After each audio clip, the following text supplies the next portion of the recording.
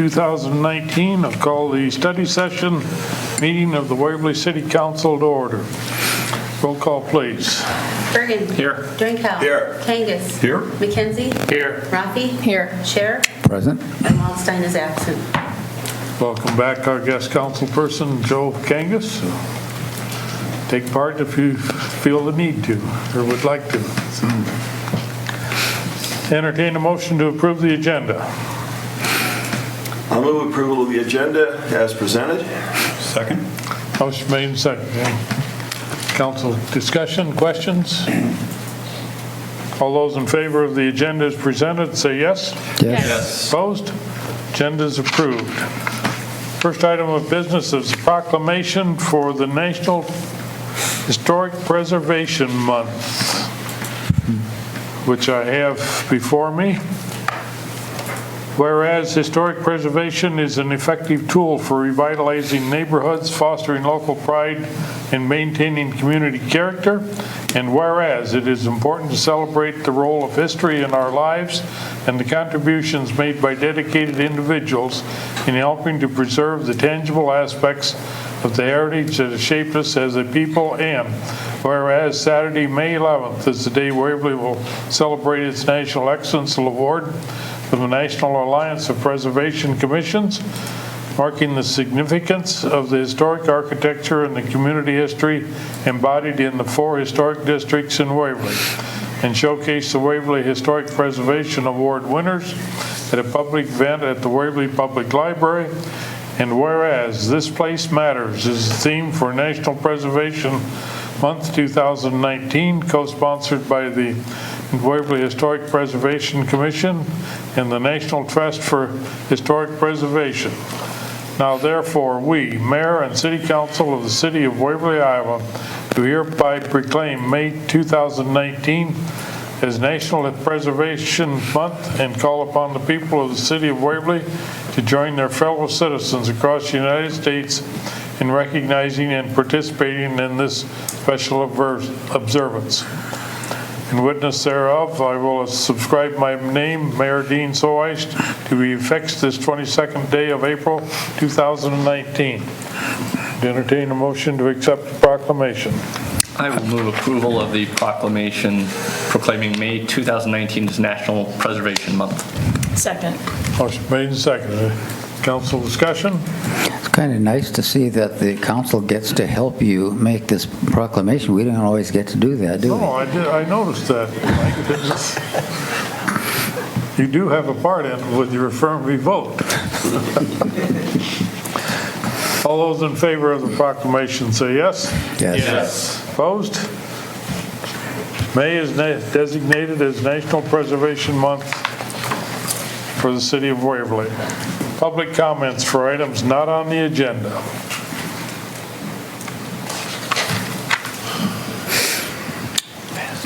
Matthew Schneider, Ward 5. The item that I'd like to talk about is on the agenda, but the context is not, and that's the TIF policy. I appreciate council's willingness to scrutinize and review the policy on tax increment financing. I believe the TIF policy that we have pursued could have negative consequences for the community and for future economic development. There are a couple economists at the University of Illinois, and they've studied the effects on TIF that it's had on dozens of communities across the nation, and their findings are actually published in a report, and you can find this online if you just search the title, The Effects of Tax Increment Financing on Economic Development. In there, Professor David Merriman, he's one of the economists that authored the study, said that in the end it can be a valuable mechanism. It's not something I'd like to get rid of, but it does deserve a lot of scrutiny because the public sector dollars are being rerouted into a different task and away from general purpose funds. Proponents say TIF promotes economic development and urban growth. However, the studies show that cities that use TIF actually grow slower than those that don't. The advocates will say that TIF doesn't cost anyone anything. However, there's immense cost to critical government entities like police, school, fire, and even what's worse is governments will borrow based upon the estimated tax money generated in the future. The cost to the essential services goes up while the taxes are frozen, and that means the taxes have to go up somewhere to cover the inflation. So there's two reasons why TIF might actually reduce a region's economic growth. One is the increased tax burden makes a region less attractive to new businesses and new residents. And the other is that TIF creates what economists call a moral hazard. So once you get one developer that builds a hotel or office building or housing complex, with TIF subsidies, developers are much less likely to want to build competing projects that are not supported by the similar subsidies. Estes Park, Colorado is one example of a thriving city, and they're doing that without the use of TIF, and I think it was about 10 years ago that the city voted to get rid of TIF altogether. And I've been there several times, my family and I, and the city is doing just fine without it. TIF may be a useful tool in some cases, and I don't disagree with all uses of it. However, definitions of blight and economic need for the applicant are much too loose, and this council has shown an interest in taking a closer look at TIF policy, and that is appreciated. And I would ask us that we maybe even go one step further and make sure that all stakeholders of the community have a better understanding of what TIF is and what each project is that gets approved, because I really do think it could be a serious detriment to the future funding for those essential services. In public comment a few months ago, I made the comment about bad policy demoralizing our community and how bad policy can lead to broken communities, and I wanted to clarify what I meant when I said broken communities, as that question was questioned by a council member. A broken community is one where the citizens are economically deprived for one reason or another. Broke communities are sometimes forced economically to follow policy that goes against the wishes of the citizens. So please don't misunderstand what I'm saying, that Waverly is not broken, because it's definitely not. The people are united and strong. However, I believe much of the policy we are following is policy that leads to a slippery slope of citizen dissatisfaction. In January 2017, I came to the chambers and asked that we take a hard look at the bonding frenzy we've been on. The amounts of debt we have burdened ourselves with, coupled with what I consider TIF abuse and misuse, could put us in a position in the near future to have to increase the general fund, which means big increases to taxes or large cuts to essential services, or both. And I urge us in a future study session to lay out all the future expenditures, all the future bonding, the due dates, and for us to project revenue under a worst case scenario situation so we can understand exactly what's going on. And I appreciate your time. Thank you. Anyone else have anything, comments not on the agenda? We'll move on to the study session calendar. Historic Preservation Commission update. Don Meyer, Chairman of the Historic Preservation Commission, is here to give us that update. All right, thank you very much. We always appreciate the opportunity to update you on the work of the Waverly Historic Preservation Commission. It's a group of dedicated, passionate people, and it's a fun group to be part of. Our current members are Karen Lehman, Chris Brunkhorst, Pete Newell, Mary Meyer, Linda Hovden, Glenn Fenneman, and myself. And thank you for this opportunity to share some highlights of the things we've been working on since our last update in 2018. First of all, thank you to you, the City Council, and Mayor Soash for that official proclamation. We greatly appreciate that. I didn't know that the council members had never been included in that before, so that's an extra special treat. That's good. We have a special event that was alluded to in the proclamation coming up here in May, which I'll talk about in just a minute. But I wanted to share a couple other highlights first. In 2020, the Waverly Historic Preservation Commission will be 25 years old. To commemorate that, we're working on producing a calendar that would include what we call rarely seen historic pictures of Waverly. So you'll want to have this calendar. We're going to offer that for sale, prior to 2020 to raise a little bit of revenue for our commission. But we hope that will be a popular calendar to have. Our commission continues to explore the bringing our historic district designations full circle. The only quarter or quadrant of town that does not include an historic district is the northeast quarter.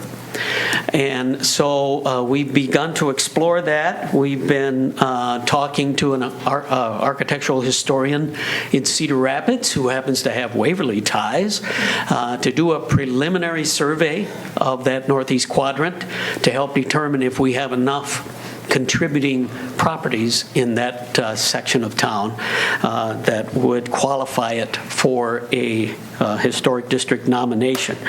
And she is glad to help us with that, and looks like that is going to happen sometime this summer.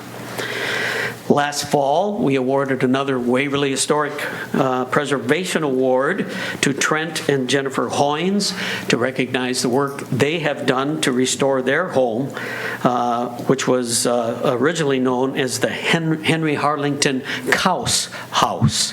You don't often always get to say that, Couse House, but that's what it is. And so we were glad to make that award to the Hoynes. We are also thankful the Rock Island Depot, which, as you know, was connected with the laundromat. We're so glad that that part of the building was able to be preserved, and we're thankful that Bill Werger, our city staff liaison to the commission, was willing to speak on our behalf with the developer and owners to help them understand the importance of preserving that. And so the Four Queens owner is very sensitive to preserving as much of that exterior as we can.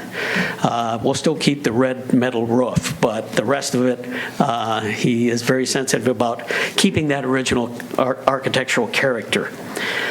And then finally, a little more about our event coming up on May 11th. We're hosting this event at the Waverly Public Library, and there will be a public reception, come and go open house from 2 to 4 on that Saturday afternoon. And we encourage all of you to come. We give you a special invitation to be there. You'll learn about our historic homes, our nationally recognized historic districts, and our National Excellence Award that we received last year.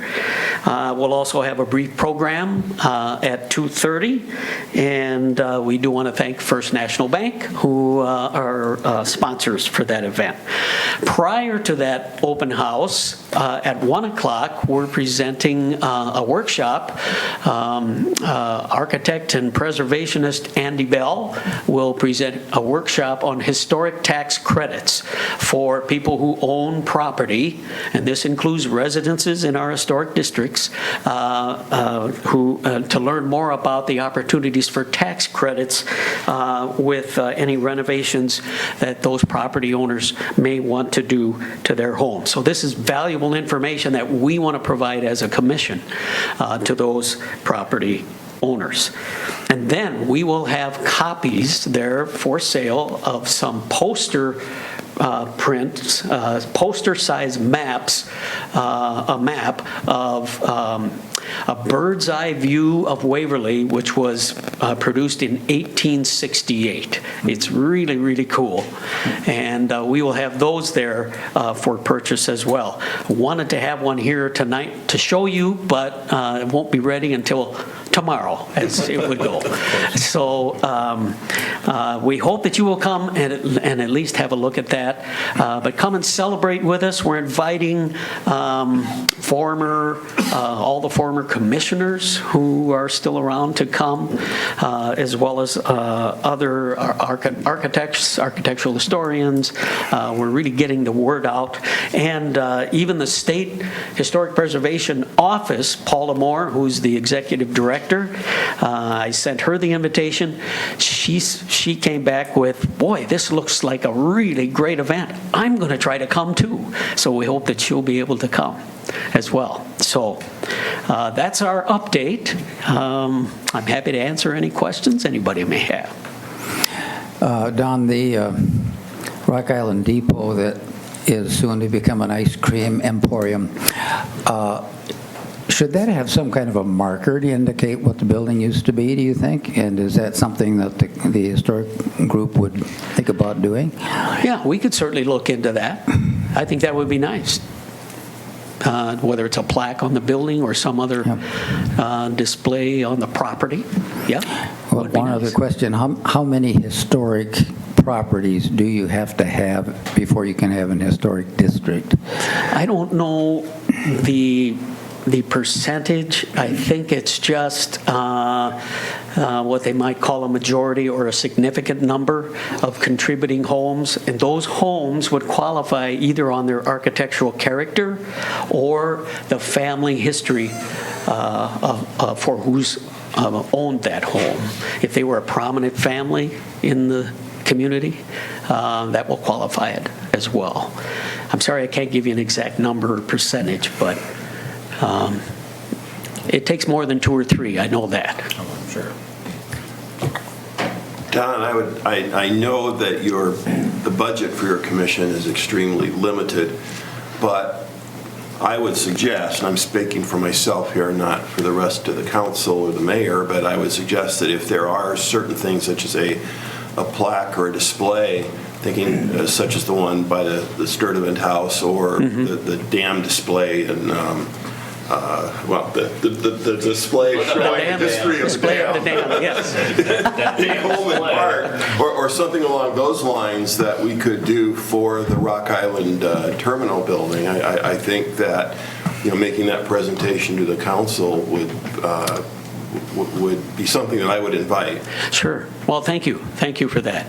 I know there's been other funds that have come in previous years for those kinds of things, so thank you. Any other comments, questions for Don? Hearing none, thank you for a very informative presentation. Thank you very much. My pleasure. I have the invitations to the events on my desk Good. here, so Wonderful. We'll hopefully that things will work out, we can make it. Very good. Very good. Thank you so much. Thank you. Next item is a presentation by the Bremer County Health Department on fluoridation for the City of Waverly water supply. That is right. So hello, everyone. My name is Lindley Sharp, and I am the administrator of the Bremer County Health Department. We are a Medicare certified home health agency, and then we're also the agency in Bremer County that oversees all the public health for Bremer County. So tonight, I'm going to start off. The reason I'm here is for water fluoridation and ensuring that Waverly continues to provide that service for its citizens. So tonight we're going to outline why oral health matters. Water fluoridation, I'll define that for you. Give you a brief history of fluoridation, show you some statistics on Iowa fluoridation, and then we'll finish with question and answer. So oral health is important for all areas of life, including your physical, mental, social well-being.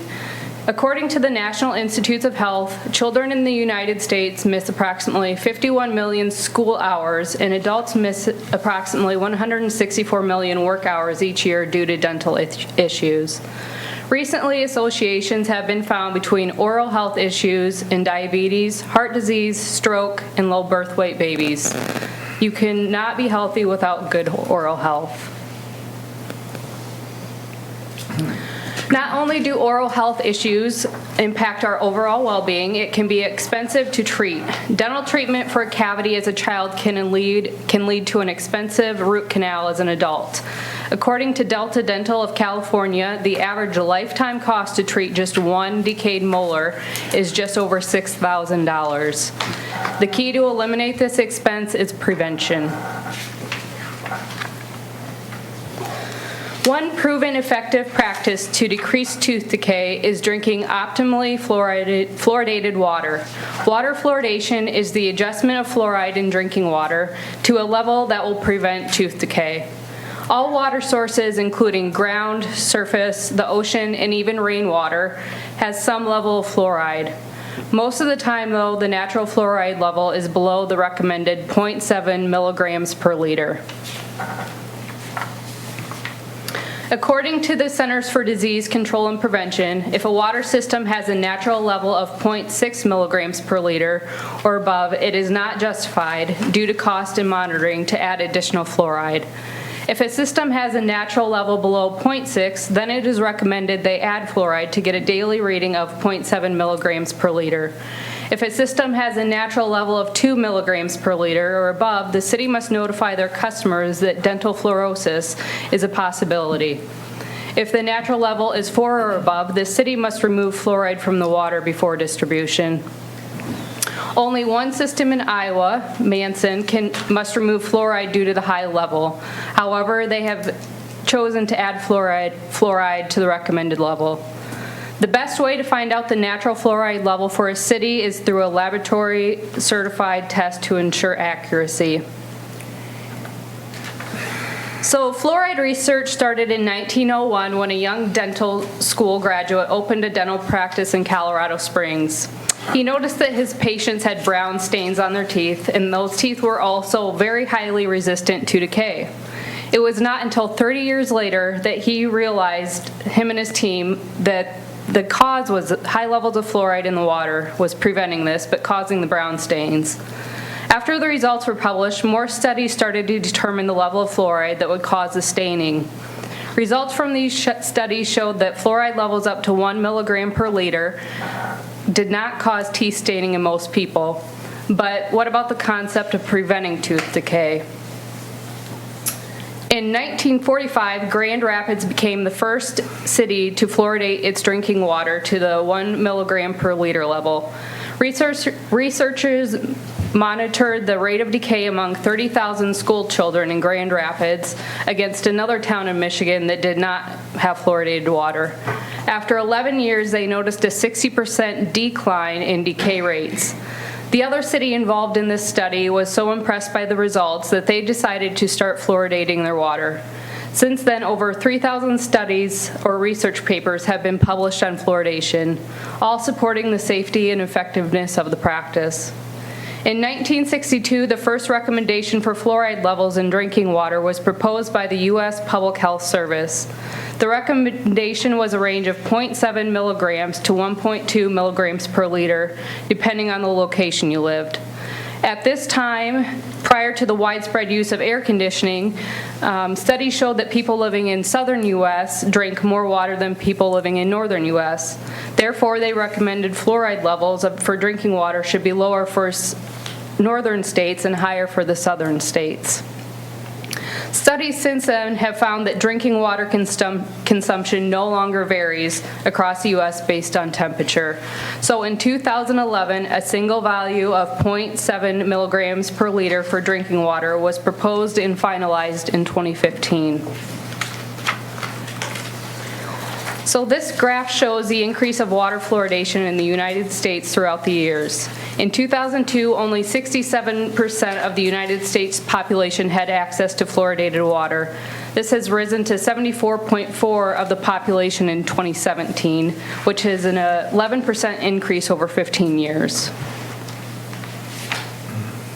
However, in Iowa, only 69.8% of people are receiving optimally fluoridated water.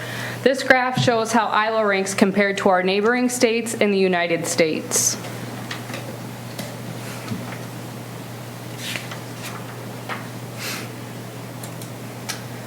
So why is fluoride added to our water?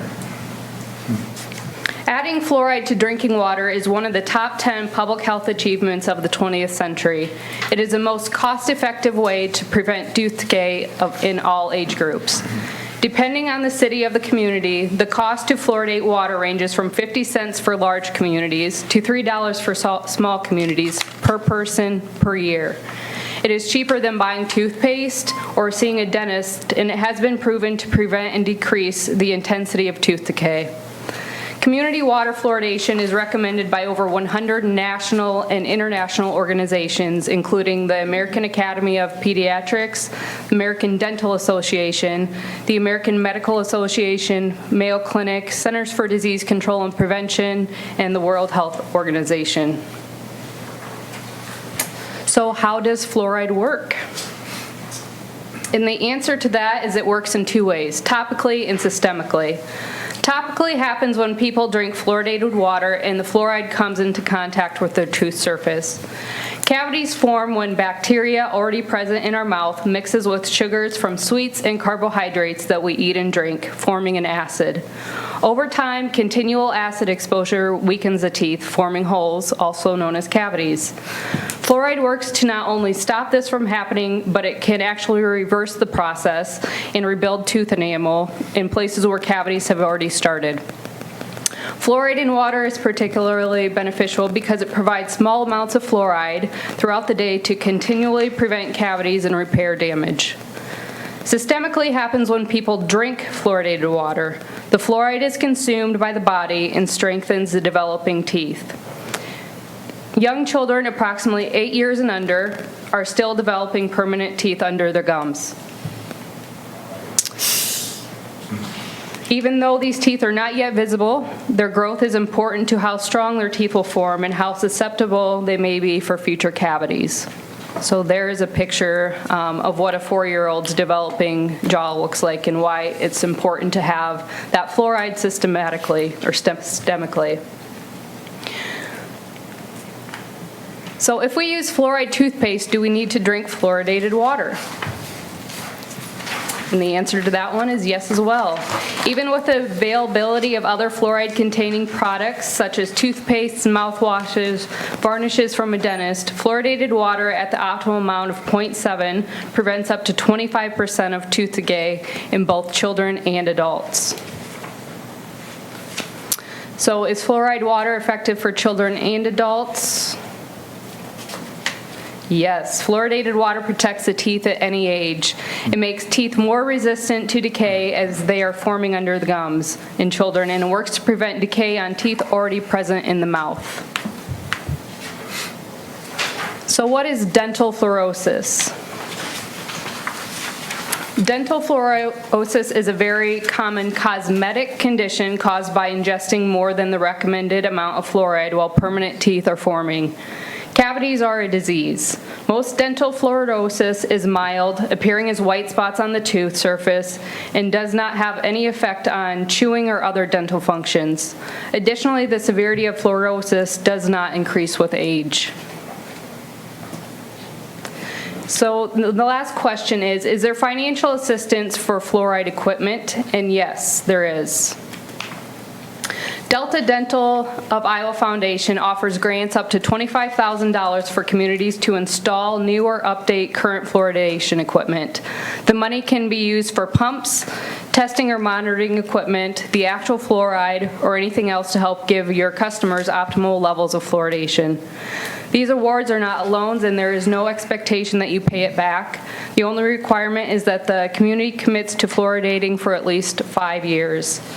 More information can be found at the Delta Dental of Iowa website, and I've also passed along this information to Mike Cherry as well as several committee members. So with that, are there any other questions?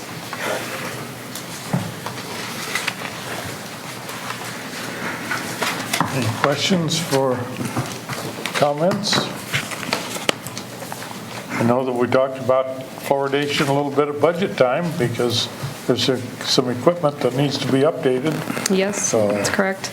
I was actually taken out to see some of that equipment, so it was a learning process myself in seeing how the city adds fluoride to the water, and I do agree that some of your well pumps do need to be updated, or well houses, so Okay. I understand the budget and looking how to fit that in, so I'm here to help any way that we can. But if I remember your talk on the radio this morning, Mike, that the Waverly's natural fluoride level is about 0.4. Correct. Mayor, we have a listener. One listener. Yes, so our annual cost is at the lower range where, as Lindley said, large communities, it's more economy of scale. They're down around 50, 60 cents per capita per year. We're at about $1.10. So we certainly won't turn down grant money, but it is not a huge expense for the city. We between if you annualize the equipment cost and then the product that we use, we're somewhere around $12,000 a year, 11 to 12,000. So it's not certainly a financial hardship for the city, but nor would we turn down any assistance either. So Mike, if you go in and replace the parts on a more regular time frame, like we talked about, we had a meeting with Lindley, and do some remodeling so that it's separate from the other areas of the wells, how much would that cost then annually? Yeah, so later this year, we're going to be updating our water distribution plan, which will look at the well houses, and if there are any DNR compliance issues with the layout and design of our well houses, those will be identified, and we'll look at programming them as a future capital project. So that is probably one of our larger expenses. We have a couple of the well houses that are probably in the neighborhood of 40 to 50 years old, so we may have some compliance issues that we would need to take a look at.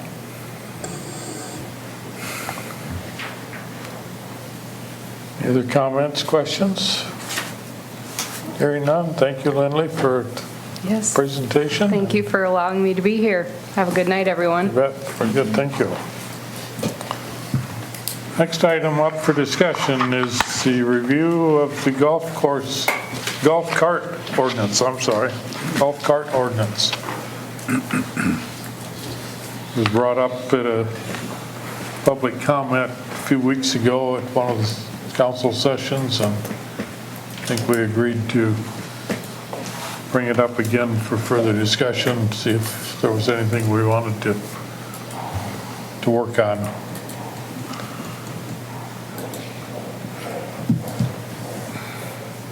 I know that with the closing of, not sure how many golf cart users it will affect, but with the closing of the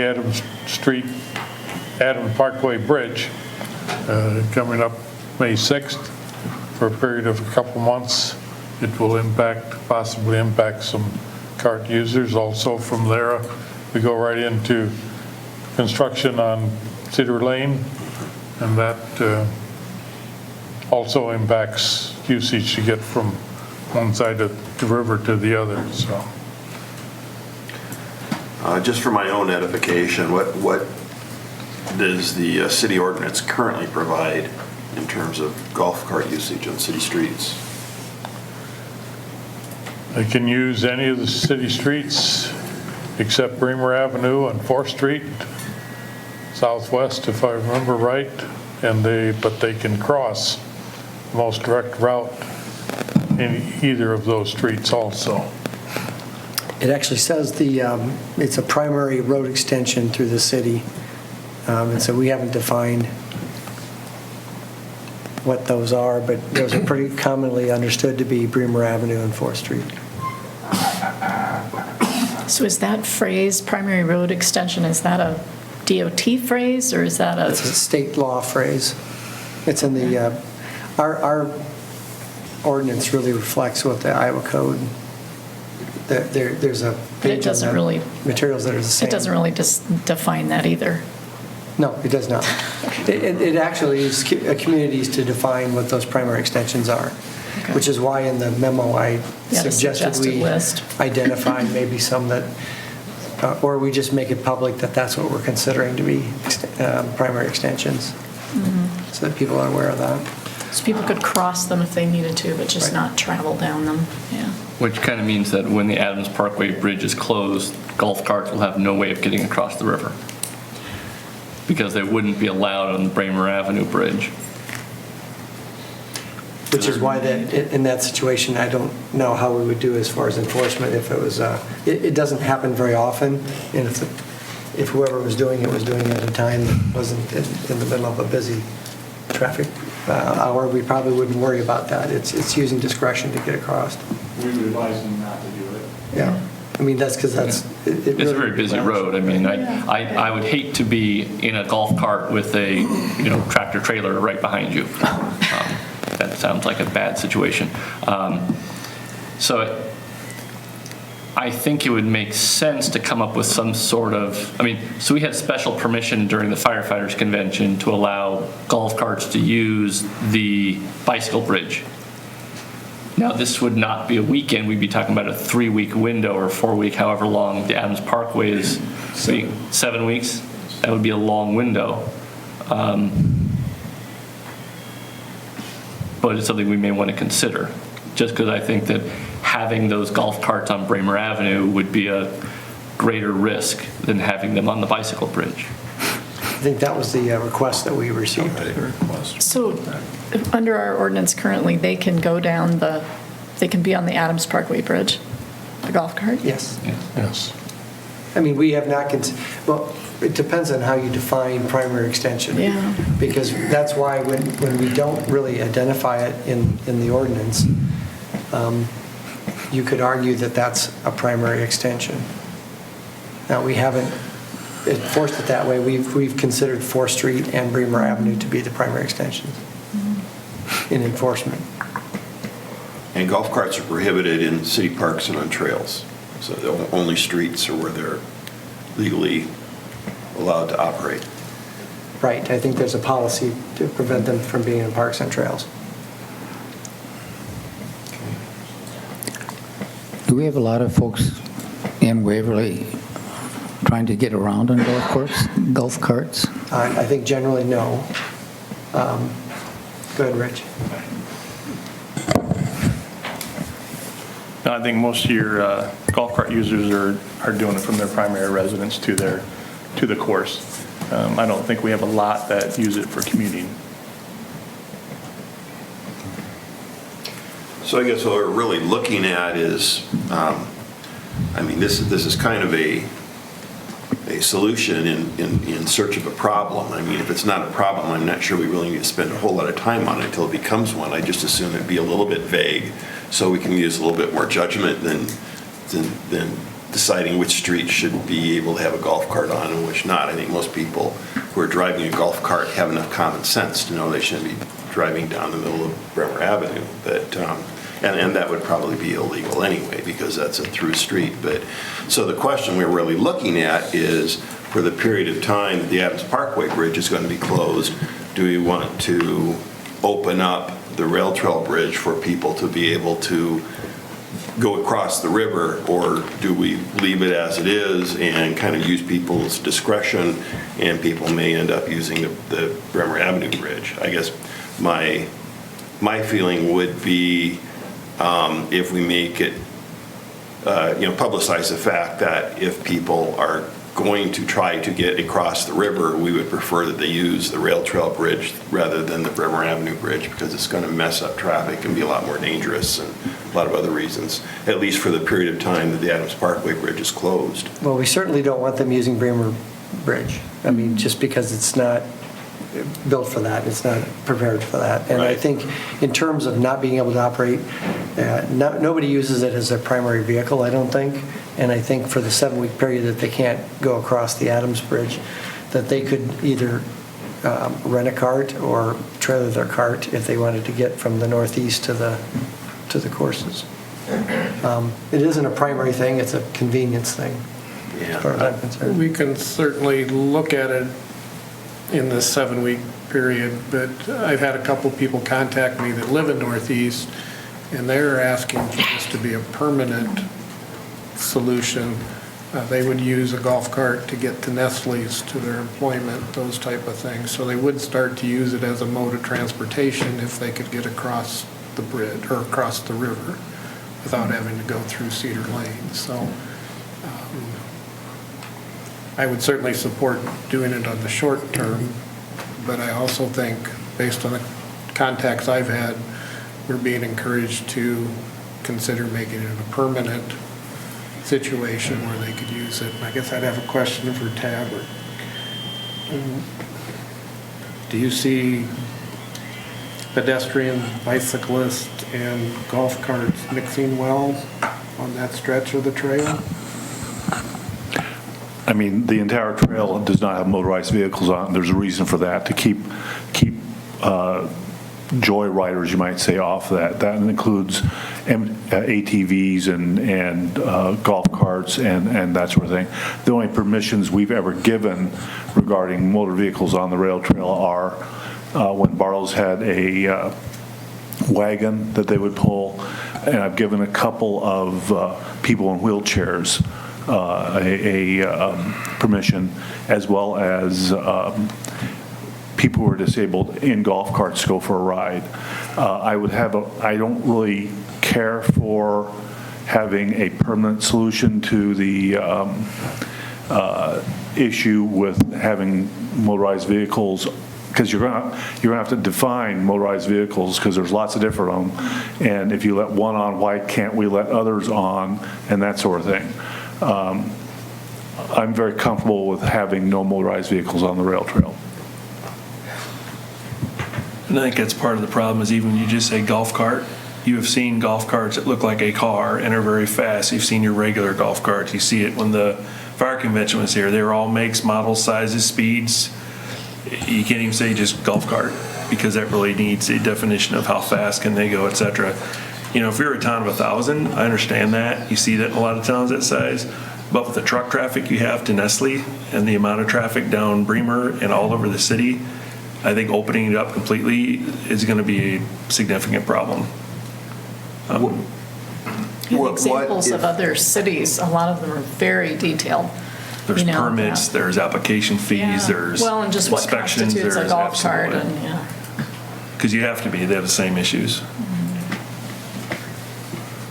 Well, what I was going to say is, what if, and I agree that opening up the entire rail trail system to golf carts is not really a good idea, but we're just talking about the bridge, you know, the highway bridge, and I can the rail trail bridge over the Cedar River, and I can understand where there's a real problem with definition.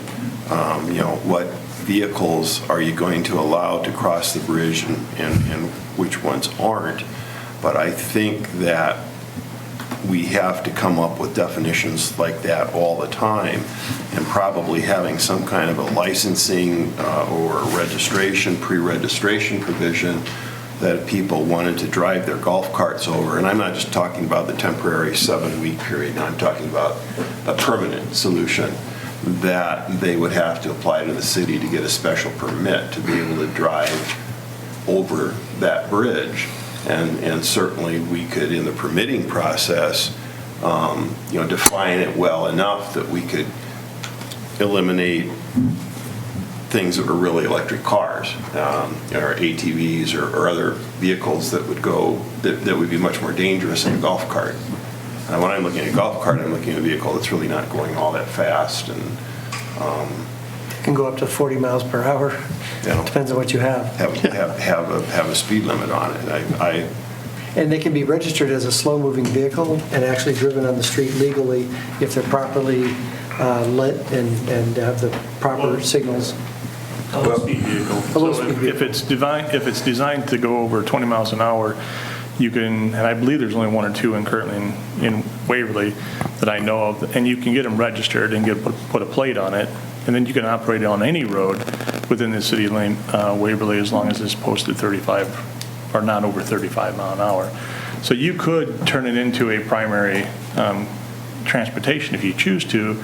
You just have to meet the things you're talking about. It has to be manufactured that way, has to pass the safety inspections. That's all federal standards, and then it has to be a VIN associated with that particular low-speed vehicle. It looks like a golf cart with a license plate on it, but there are avenues currently in place through the state that you could already do that. You're talking about really almost an electric car that's designed to go at a fairly rapid speed and could actually be licensed as an on-road vehicle. What I'm talking about, and you'll have to forgive me here because I don't golf, so I don't know how fast a normal golf cart goes, but I would suspect that the typical golf cart doesn't go 40 miles an hour. Am I not correct on that? I don't know, but I can tell you that the low-speed vehicles that are licensed look like a golf cart. You would, if you saw them, you would, I don't want to say a name, you probably have seen it. It's a bronze colored, he happens to be an attorney. Narrows it down. That is defined as a low-speed vehicle. It meets the definition as a VIN number and it's licensed. There's a plate that's attached to it, so. And most golf carts would be motorized as opposed to electric. Yeah, that's true. A few years ago, we were requested to look at utility vehicles. I know Wartburg was doing some of their work with utility vehicles. I think some of the landscapers in town wanted to be able to take a utility vehicle. What parameters did we put around those as far as licensing, inspecting, and those type of things? We went off again, the state of Iowa defines what an ORV is, an off-road vehicle, and so it has to meet the specific CCs, size, and it has to be initially registered through the DNR, and then it has to come in and has to meet all of our, the brakes, all the safety equipment that we put out in the ordinance. And I would say we have 12, 15 maybe. And is that an annual renewal or a one-time? One time. Well, I guess on the other side of the coin, I can see an issue if you were allowing vehicles, four-wheeled vehicles like that, would you have to allow two-wheeled vehicles? I'm thinking about mini bikes and things like that. Riding lawnmower. Riding lawnmower? Yeah. I mean, seriously, you see them in smaller towns as well. I don't have a golf cart, but I have my riding lawnmower. I'm going to go down to the store. It's, where do you stop then?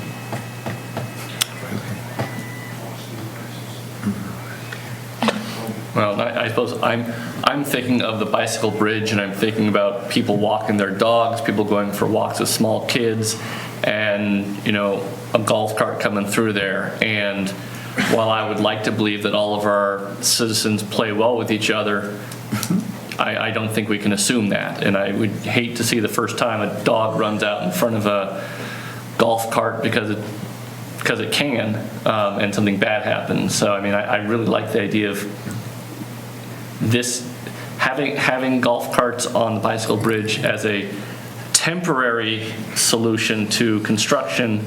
I think is a reasonable solution, but I am not in favor of a long-term change to our golf cart policy. I would agree with that.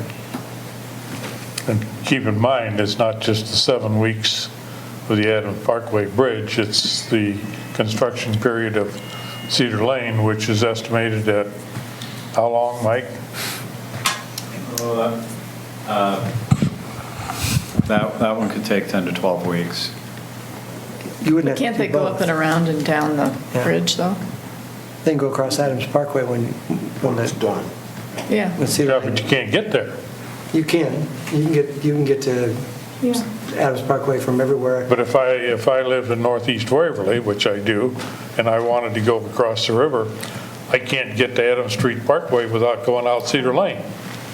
But the part that Cedar Lane is open, because cars are going to be able to go out to that way. So it's not total closure.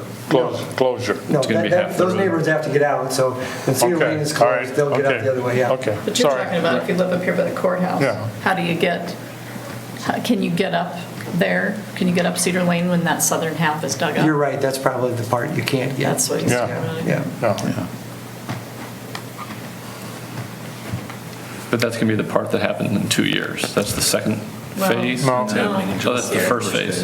Okay. That's first phase. That's the first So that phase. would be like allowing it for most of the summer, most of the golf season. Into the fall and who knows how far. Keep in mind, I don't know how many people have actually seen golf carts traversing to go. I don't think it's a big frequent occurrence. That's what I'd be curious. I mean, if we permitted it on a limited basis and it becomes a problem, we could see about what rescinding it if it does become abused. I want to say that. At the same time, it doesn't sound like there's a huge number that it would be, you know, and even if you make it within a restriction of daylight hours or something like that, where it's. Yeah, I think a restriction for daylight hours would make a lot of sense. I think it already, does it already say that? Yeah, it's in the ordinance. Is it? Yeah. What about age? I think a driver's license would be required. Okay. That's not required at this point. It is. It is. Yeah. Oh, driver's. That's probably okay. the most frequent violation we have. Sure. So there wouldn't really be a reason to have an additional restriction on it, because if someone's going to have to actually get to the bridge to get across it and then leave the bridge, they're going to have to do it on a city street. So they would have to have a driver's license to be able to do that. So. And our ordinance says 16, or basically a valid driver's license. A lot of them go into 18, just because it's more dangerous when you're in a golf cart on normal city streets, probably. Because they don't have seat belts, they don't have lights, they don't have, a lot of them do not, the other traditional ones, so. Right. Yeah, and I don't know if this needs to be a resolution then, but I think I would have in the resolution specifically golf cart, and I know that is a very, not a very exact term, but at least if there were people who were commonly using it in ATVs or souped up golf carts or something like that, at least it would give us the opportunity to have a visit with them and ask them not to do it anymore. May not be legally binding, but it would certainly give us the opportunity to say, that this is for golf carts, not any vehicle that can fit on the bridge. Well, there are pretty good definitions in those other examples of city ordinances that define it. Because I really don't want ATVs or, open it up to anything that has a motor that can fit on the bridge. The whole intention is just a very limited kind of being able to help people out that can't go their normal way because the roads are closed. So I sense the wishes of the council is to have city attorney prepare an ordinance to incorporate some of those ideas that we can vote on at another session. I believe we could just do a resolution. For a resolution. For a rule change, Yeah. a policy change.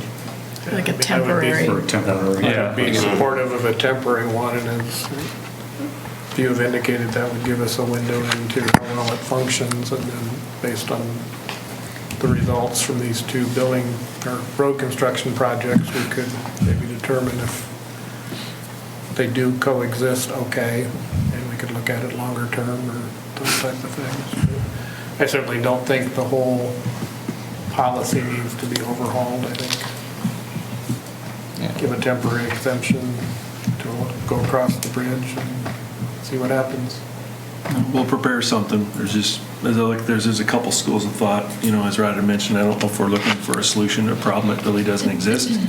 Because you may be looking at a few people that are wanting this. Are you altering your ordinance for a couple people versus the majority who are wanting it, or are you just hoping to set that aside? I mean, it's how you want to view it. That's kind of why I asked the question on the utility vehicles, that Yep. we had kind of the same thing with chicken coops. We had a few folks that were very passionate about it, and I don't know that we've issued more than a half a dozen chicken coop permits. And We could restrict it to a traditional golf cart, And that's pretty standard, I mean, pretty accepted description, although it can be faster than, some can be faster than others. It's still going to be the same basic type of vehicle. It's not going to be confused with an ATV or anything else. And I think the general feeling is that it'd only be temporary usage if that's what the council would wish.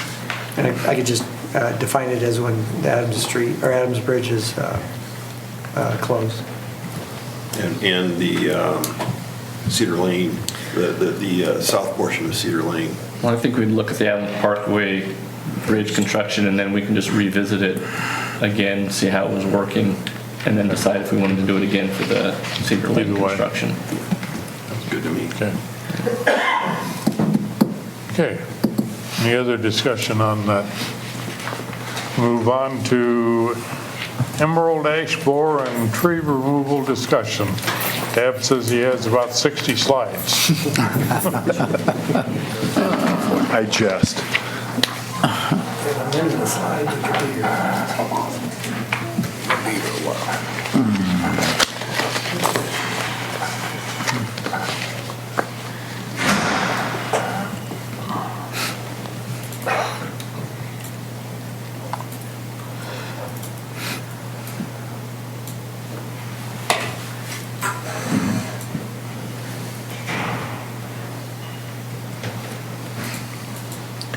Good evening. ISU Extension, I went on their website and they had just about everything that I ever wanted in terms of a updated presentation from 2019. So I decided not to invent a new wheel. So what we're going to do tonight is we're going to do an overview of the emerald ash borer, the description of ash trees, because I'm hoping this re-educates the public out there as well, because it's been a long time since I've done some educational type things on this issue. Description of the bug, the issue in Iowa, treatment options. We're going to talk about private property. That's how come we were talking about this tonight. And then, as Rod says, something about a solution to a problem type thing.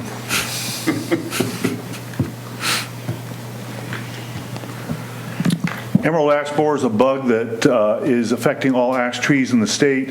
It's small, about half the size of a penny.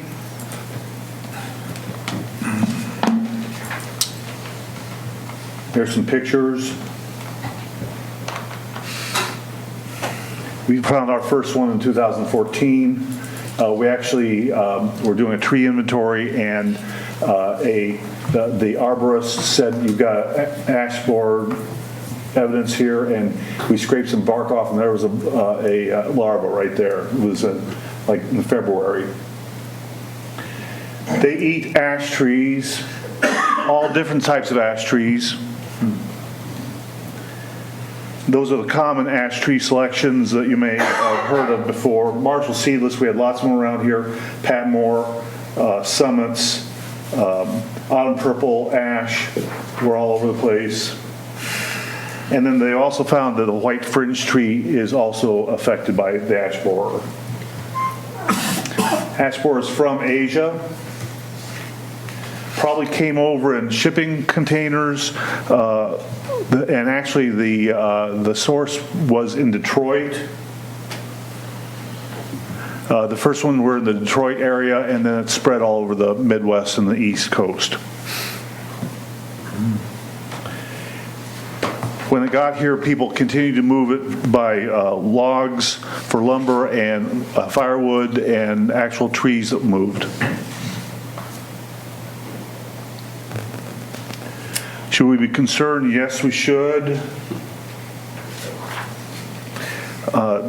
This kills the tree. And when the tree dies, I've been told that they, or described as they become crispy, and at the most dead point, they could break off at the base and fall on anything. There have been some deaths in Michigan and Ohio from and property damage from trees falling over on things. So it's a public safety issue as well.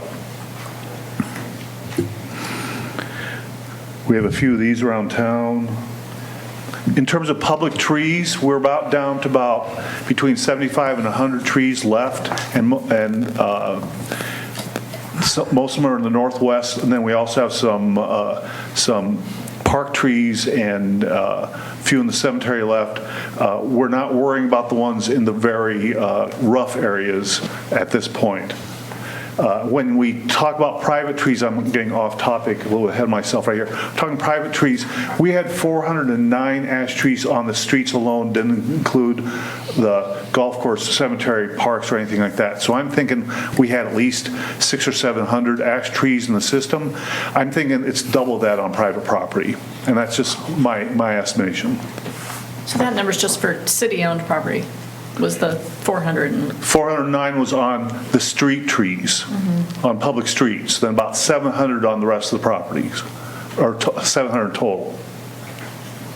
This is a real effective picture right here of ash trees that you can tell in a forested area that are dead. Okay, this is identification. Green ash have 5 leaflets, you might say. White ash have 7 to 9, and they're teardrop shaped. They have a little bit of serration on the edges. How do I know if my ash tree is infested? Thinning crown, dying branches. Epicormic growth, meaning that's suckers around the bottom. And a whole lot of little branches that come out on the main branches. I haven't seen this very much, but the adults actually eat the leaves as well. This is where you can really tell it, especially in the winter.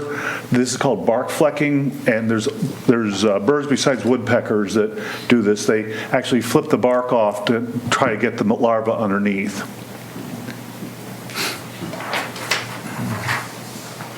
There's another one. Now, obviously, this tree has the bark stripped away, and there's the larva. And they call these S-shaped galleries, and that's the way that the bug eats, or the larva eats, and it goes back and forth. And then the D-shaped exit hole is another key. The adults, the larvae turn into adults. Adults come out of in D-shaped holes because that's the shape of their body.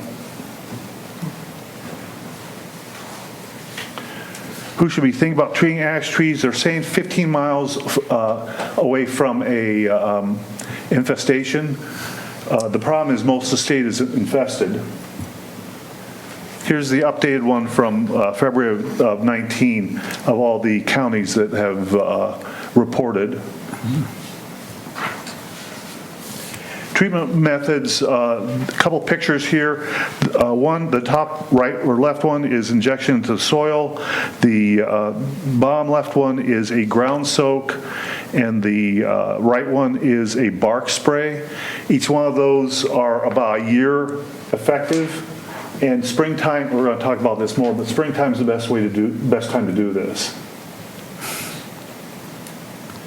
The thing is, you have to have a healthy, vigorous growing tree, and only 25% of the crown is dyed back or less. So if it's gone more than that, then they might have gone too far.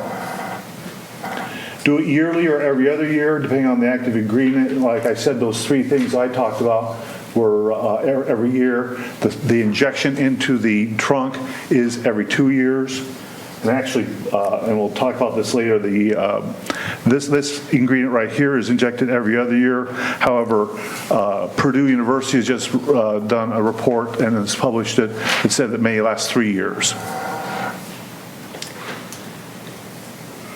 30% dieback of the count. So this is a 15-mile confirmed EAB site. And these are based upon recommendation of Michigan State and Ohio State. Again, there's that map again. These are systemic insecticides. The soil injections 4 to 8 weeks prior to growth, and trunk injections 2 to 4 weeks. And especially, like I said, spring is the most effective time. So if you're going to do it, you should be doing it now. I have my daughter and son-in-law have an ash tree in the middle of their backyard, and I'm paying for their injection because it hasn't really been affected yet, and it shades everything in the backyard. It's on the south side, so it's a very valuable tree to them. An approximate cost for a tree? Kind of depends on you can spend less than $50 on a ground soak or something like that, a bark spray, and that's available at Walmart. The injection is by a certified pesticide operator, and that could be $100 to $200 depending on the size of the tree. But again, it's the most effective.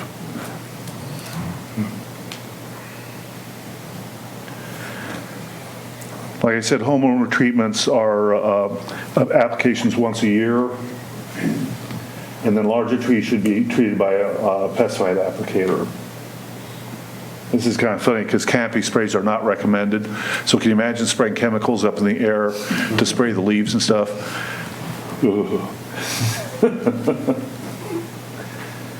These are the years that the counties have said that they found the bug. We were in the second batch, 2014. Yeah, Butler was like 2 years ago, just is amazing to me.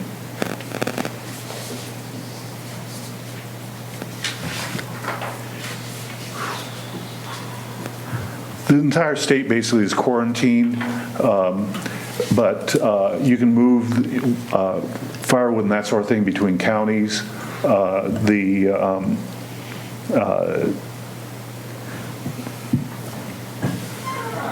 It says so the 99 counties are quarantined. You cannot move them out of state. Has to dispose of wood within your county, and you can ask your local government or county extension officer if you have questions. These two people right here are like the superstars of forestry in the state of Iowa. T-Von Feely was actually one that identified the 5 things wrong with the bur oak tree outside this building. And Emma Hannigan was state urban forester for many years, and she still was with DNR Forestry, or actually ISU.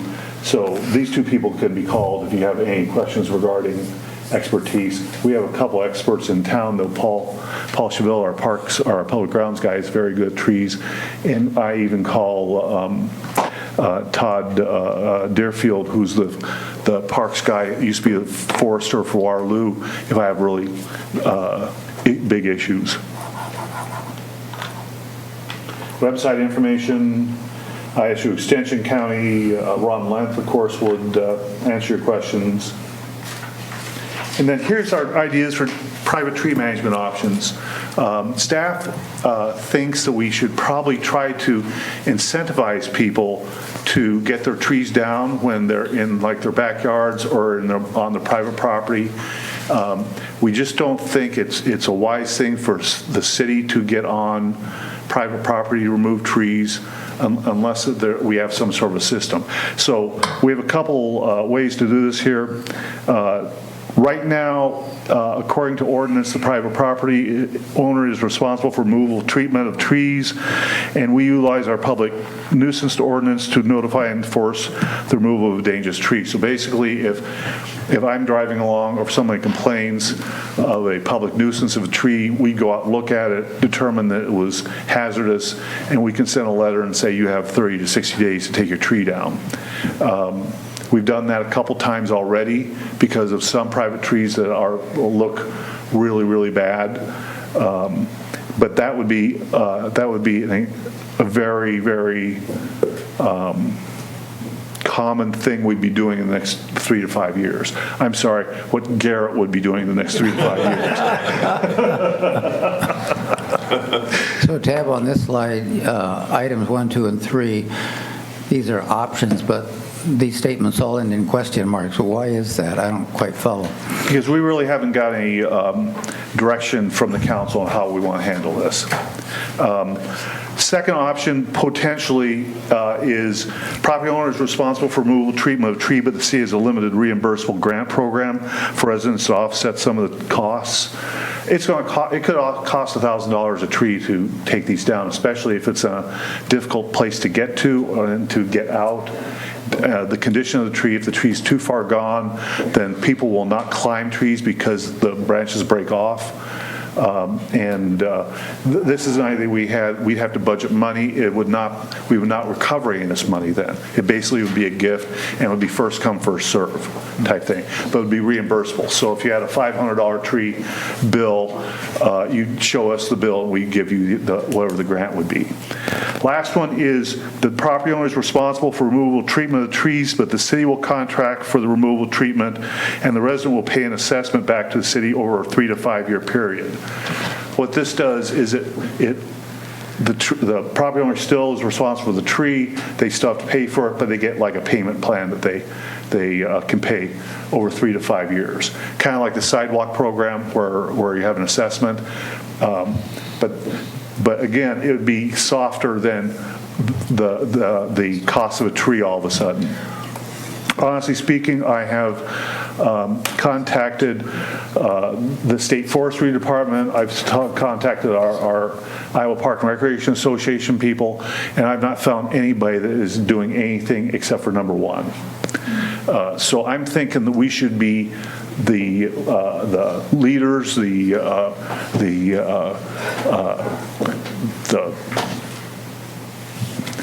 innovators, the whatever, and see if we can do something to help our citizens. Maybe not necessarily on a grant type cost back, but what do you know about programs in terms of like replacement trees for people that have a tree that they've used that's been a shade tree for them, but now is a hazard and needs to come down, and they want to replace that and kind of keep a tree in that location or similar location.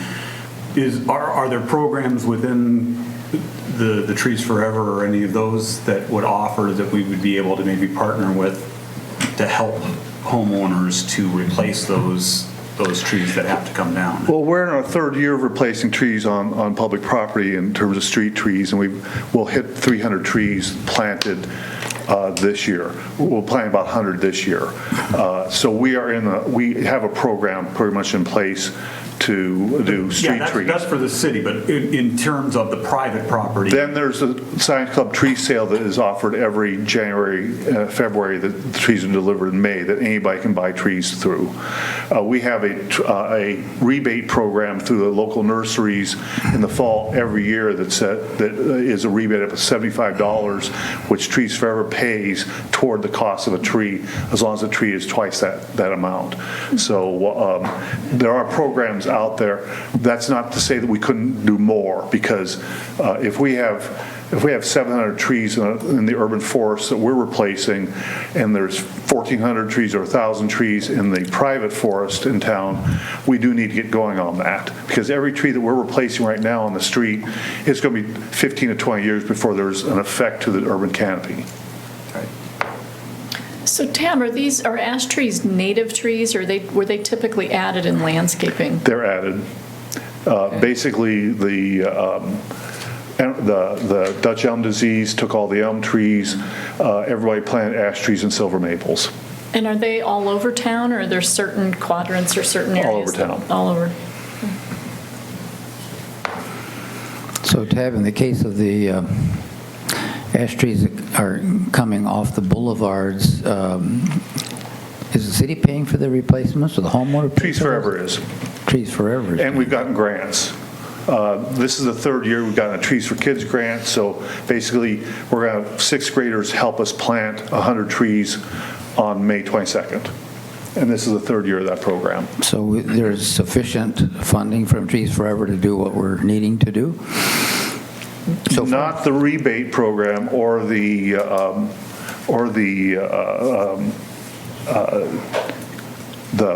payment program. That would be a city initiative. Yeah.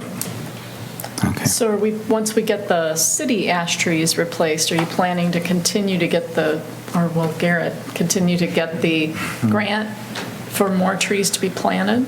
And could those be planted on private property? The grant as is right now, I think, is in its last year, but we would utilize additional Trees Forever money to do that. There are some additional grants out there that we've been applying for and receiving as well. Just that particular grant for the Trees for Kids program is not going to happen anymore. But yes, I would hope that they would continue to do tree replacement programs for private trees. Isn't Waverly Utilities involved in the Trees Forever? Right. They basically fund the Trees Forever program. So back to these three options on the screen here. You're suggesting we be a pace setter community. Which of these options do you like? Well, I always like the payment program because it would be an upfront cost, probably several $100,000. But then the trees would get down and the private property owners would pay for them over the 3 to 5 year period. If we get the trees down, we can get them replaced a lot quicker too. I'd certainly be more comfortable with that kind of a program like we have done with the sidewalk. It has worked within the city, and it's... Again, it's really expensive up front. Yeah, it is up front. I did hear something this winter, and I don't know that there's any data that would back it up or say anything, but some was discussion about the cold? The vortex. No. It didn't have an impact on them? Okay. It may have, the time that was that cold, it may have extended that tree's life the time of that cold. So we had 30 days of like below 20 degrees, it'd be 30 degrees. But it wasn't a killing? No, it was not. No. That some people were talking that it was. Okay. No. So let's say we did the option number 3. Are you thinking do it all in one fiscal year or spread it over a few years? Or how fast does this need to be? I don't think there's enough tree services in town to be able to get it done. So I'm thinking it might be a 3 to 5 year program. And would you all trees are not as bad as others. So right. we would hopefully select the worst that. ones first. So would you envision having city staff go out to neighborhoods and sort of prioritize trees? Like this one looks most dangerous, this one looks most dead, it could fall in that house, et cetera? Or how do... That's a possibility because we'd have people that would know the worst situations. I get a little nervous just because of what I do in my day job when we start talking about that. I mean, if we go out and try to help a homeowner identify a tree and we tell them, oh, you've got a couple years, and then the next windstorm comes in, blows it over in the house, what exposure do we have, those type of things. Good point. Disclaimer statement. I mean, city attorney comes in. I like the idea of being able to assist with the cost. It's just sidewalks are pretty easy. It's out in front. There isn't a lot of personal property there that could be affected. You start going into somebody's backyard, again, I get real nervous if the city is the contractor versus the homeowner being the contractor. And then I would rather see the homeowner be the contractor and then allow them to use us as their bank to make payments to, then get the sidewalk program gave a pretty good example of all the types of damage and what level of care it would need. We could probably do the same thing with the symptoms of the emerald ash borer, so that maybe the homeowners could identify. Self-evaluation. Yeah, self-evaluation type thing. Because I can take you a lot on the sidewalk to go around and identify those areas the first cycle through to kind of have the engineers go out and actually go neighborhood to neighborhood and identify those spaces. So yeah, I could take you around town and show you 5 trees of 5 different levels right now. Yeah, I would be more in favor of giving homeowners enough educational material. Take care. Take care. That's what you need is a video, right? To show people this is an ash tree, this is a 10% dead ash tree, et cetera, because you're going to get inundated with questions. Well, and you may have homeowners who will have an ash tree that they may want to take down as a prophylactic, because it may not be even showing symptoms yet, but give them the time to plant a new tree rather than wait for the old tree to die. So doing this as an assessment over a 3 to 5 year period, that the city would help them to pay for that, makes some sense, rather than just simply a grant program to take down what might be healthy trees. But I guess we would still be looking at some trees, if they got to the point where it was dangerous, that it would still be able to go the public nuisance route, right, and require them to take it down. But they would still then have, if we decided to go ahead with the option 3, they would still be able to do that, and it would help a little bit. I guess there is a number of people I've gone out to look at ash trees, and they were in ash trees as well. So there has to be some identification information go out as well. I guess before we get too far out ahead of things here, it sounds like people are comfortable, like the number 3 option. That's where I am. I kind of am guessing James's kind of head is spinning on where that funding is coming from initially. Exactly. And we probably need to even find out what we have for services available in town. So this sounds like a study session type further information gathered to know how much we have for tree services in the area that would even be able to undertake something along these lines. B, what kind of a seed money do we need to be thinking about having available over to start? a couple of years, over a couple of years, and when we want to start, and how do we work that into the budget, or where does that come from? And what is our policy going to be? So I think there's a lot that kind of needs to be step back and make sure we do this. We've still got number 1 right now that's there, that is the possibility. I mean, that's obviously there if it is an issue, and certainly we can send information out to homeowners about this is what is happening, and you might be wanting to consider it. But before we actually get to a policy where we're prepared to actually fund anything, because that's the big ultimate thing beyond all of that is we have times that won't be until next fiscal year. Yeah, we can talk about it, and then Bill can figure out if that's an assessable type of thing. I can already tell you I have a heart attack when I think about doing a city project that takes place on private property. Sidewalk is on public property. There's a big difference between a sidewalk program and a tree program. What do you do for the people who took them down at their own cost, like a month ago or last year, or because they were prudent and did it versus waiting till it was absolutely dead and a danger? What do you do with that? No, we had the same. There's one who took 8 of them down last summer. It's not fun, and it costs a little bit. I've taken 3 of them down at my house. And we had the same issue with the sidewalks. We had people that fixed their sidewalks before we went around and offered it too. So they're James took 8 at his house, I think, didn't he? And if we do public nuisance route, what we can do is deal with the ones that are the most dangerous to adjoining property owners, because that's what we're really concerned about, is the danger to adjoining property owners and the public near the right-of-way. Then you can actually take them down and assess it back to them if it's a danger in a public nuisance situation. That's a good point. So you can still do the same sort of thing, but on an only as needed basis for the most. That's kind of what I was getting at. I think there's more.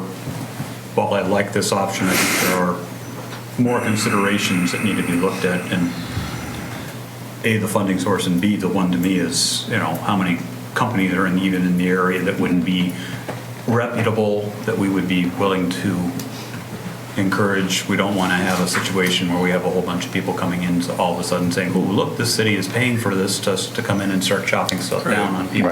And my thought is if you have a large group of people that need to have trees removed, and you can motivate some of these people, the tree removal people, to do it, you can facilitate the process of signing up for it so that they can mobilize and do areas and regions, and then make a bunch of money doing a bunch of trees in Waverly. And maybe we can assist with that whole process. Yeah, but I don't even know what the capacity is for that in volume. Yeah. That's It's kind of steady what I work was for a saying company is- that wanted to come in and do a lot of work of that It is. nature. Well, they might charge less per That's tree right. if they It's already volume. mobilized. Right. Yeah. This is a problem all over the place, so they're going to be plenty busy. I talked to a tree service a year ago, I think, and just couldn't get much for a response because they were all busy taking down ash trees. So it's probably going to be put a program together and then get in line. Yeah. You know, there's only one that I know of that's local. There's 3 or 4 that are in the area out of Cedar Falls and Waterloo that work. So there are some out there, and they're reputable. And I wonder if we should check with insurance companies as well.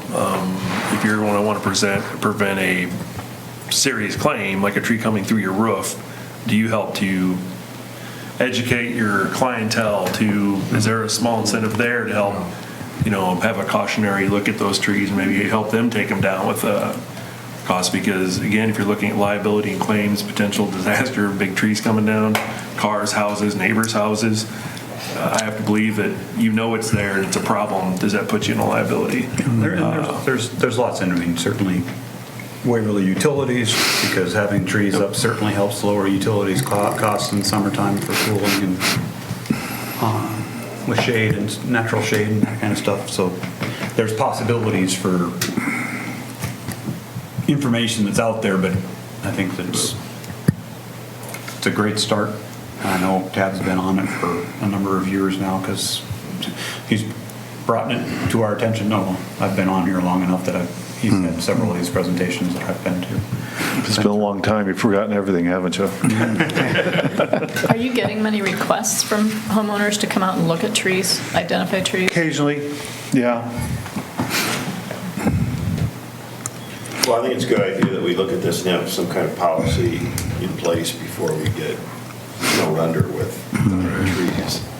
I like the idea of assisting people in some way to be able to take their trees down, but I understand that there are things that restrict us from what we can do, so we may have to get creative. But, it's a huge expense for a number of people, for a lot of people. Typically, the people that have the giant, big ash trees, the planted ash trees when their home trees died, are the ones that are going to cost them, maybe a couple $1,000s to take the thing down. So it's something that I think if we can assist people in doing that, not sure that I really like the grant program so much because a lot of people have taken their trees down already. And how do you determine, somebody has a $300 bill and somebody has a $2,000 bill, how are you going to work a grant program out? I think that's really not workable, but some kind of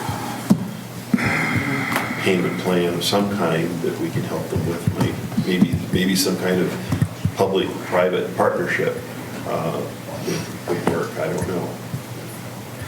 Okay. Thanks. Very good. We're on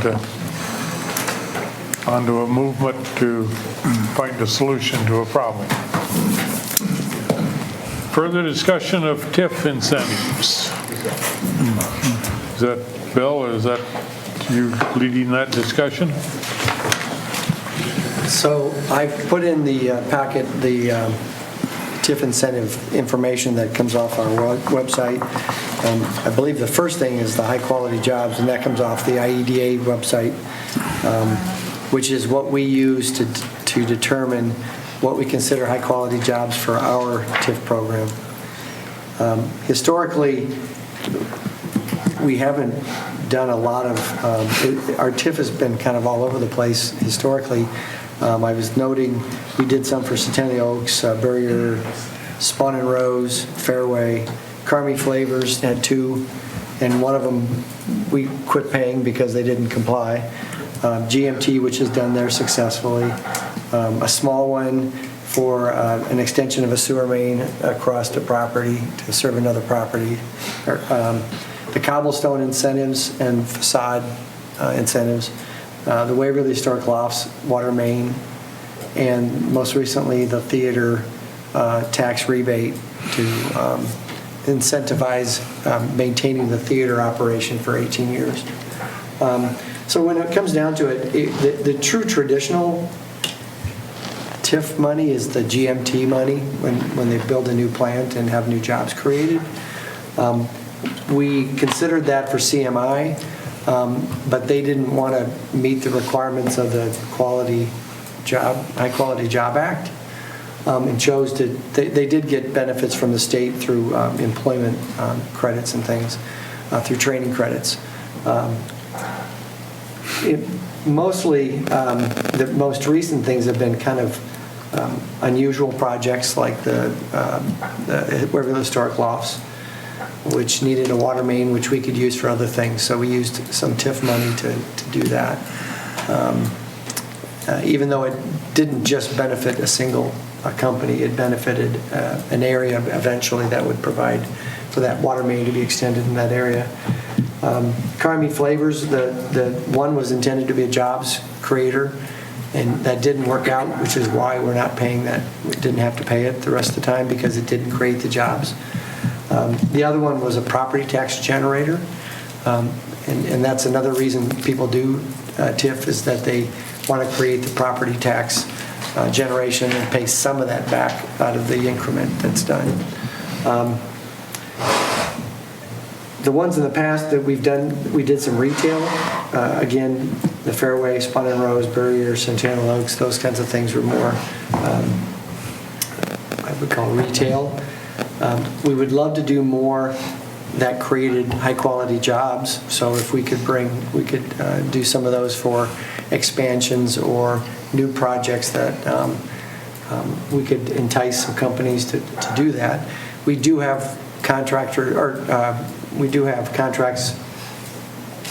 We have developers and that have asked for things when they built retail spaces, and we've just declined to do that recently because it hasn't been unique enough to do that. We'd rather not give them an advantage on a competitive basis with other retailers that have the same type of business. So, I did put in again what our requirements are, which are on our website, which people can see. And our strategy is number one, to create and retain high quality jobs with good benefits. The number two is the property development that grows the property tax base. 3 is the projects achieving public purposes as detailed in the comprehensive plan. 4 is the redevelopment of underutilized and blighted properties. And then 5 is the residential projects that include housing needs identified by our study and does not include market rate housing. It includes LMI housing only. And then it goes into the developer equity being equal or greater to the public financing, high architectural and site design, and energy efficiency beyond relevant building codes. It's a generalized thing, which I think most cities and entities focus on more general requirements, more general ideas. Most of them go for the things in the first 2, but the second 2 are right behind it. When you can revitalize a building that's kind of a nuisance or an eyesore and repurpose it, that's a real traditional, more recent use of TIF, because you can never, it doesn't make economic sense. It's like the Waverly Historic Loft spending $8 million and then the valuations are fairly small compared to that. And the fact that they're limited in their lease rates by the fact that they're an LMI project. So I guess my question is, are there any more questions about how we go through a project? I mean, we generally look at whether these considerations are met, first of all, one or more. We kind of look at how important is that project to one of these particular considerations, and we don't use the TIF we generate now. We've returned almost a half the TIF that's generated, which means that basically we pull it back and we put it back. So the only TIF that it gets used is TIF that really meets these financial assistance criteria. It's hard to be more specific because each project each application, each proposal has some unique characteristics unless you're just talking a manufacturer or a big employer, because then you can just look at number of jobs and the kind of benefits they have. And those are easy ones because we like to help those. But again, some of those situations they're going to do it without you anyway, and maybe we don't have to do it in every situation too. Although to be competitive anymore, it seems like there's people falling all over themselves to offer those to companies that really don't even need it to do what they're doing. You look at the Googles of the world as other, if they really looked at it, they have the money to do their projects. They would just rather not spend as much money if they don't have to. So we've been trying to be very careful about our use of TIF the last 4 years I've been involved. We've turned down things that we think we shouldn't really get into. I know that when we do bring a project to you, we try to provide as much information as we can, that the public information that we can. We try to give you the reasons that the considerations that are put forth. And ultimately, if you want us to restrict TIF, then you can turn us down on occasion when we ask. I guess I'd put it that way. And I think that's the process that TIF works out in the end. And the ones that have suffered the most, or I guess they haven't suffered because they've probably done very good in developing parts of their cities, but they've kind of made it look bad for others because they spend a lot on TIF, and that's made a lot of by people who don't believe in that type of development. We do have good manufacturers here and good companies here that decide not to ask, and very specifically do not ask. And even though they might be well within their rights to ask comparatively, because they're going to create property tax increment and they're going to create new jobs with good benefits. And we thank those folks for doing that without even asking for TIF. We try to use TIF if it's a competitive advantage to bring a company in, or to help with a company that really has a gap, that can't make it can't get that quite over the hump to do that. And I think that's what's happened in a couple of these situations in the past. Even with Carmi, the one that didn't work, at least it was an effort to get it to work. And obviously what we found is it wasn't enough to get it to work. GMT has done theirs, and they've had their employment numbers matched every year. And so we have a new building that's creating property tax increment, and we have good jobs and good benefits. So there's times when it works really well. And then we have the underutilized properties and blighted properties that we tend to try to give incentives to, so that we can make sure it gets done, because otherwise it wasn't getting done without it. That the old CUNY building sat there for a long time without being touched because people couldn't make it work financially.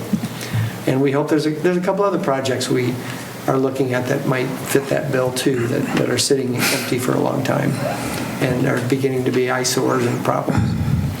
So if you have any questions about how staff considers these, or any suggestions on what you might like to see when we're presenting these types of proposals, I open it up to you to give me either questions or comments. So Bill, without naming names, can you give an example of a request that was made for TIF that you were pretty sure was not appropriate, that we would not grant something to them? Well, I mean, there's people that ask, and we say, well, it doesn't quite meet our criteria, and they go, okay, thanks, just thought we'd ask. And that's generally what we've had, and we haven't had projects that haven't moved forward because we've said no. Let's put it that way. Okay. And that would be a lot more, if we had somebody that asked and we said no, and they said, okay, we're not going to do it, then that's kind of a reason why maybe we should have strongly considered it more.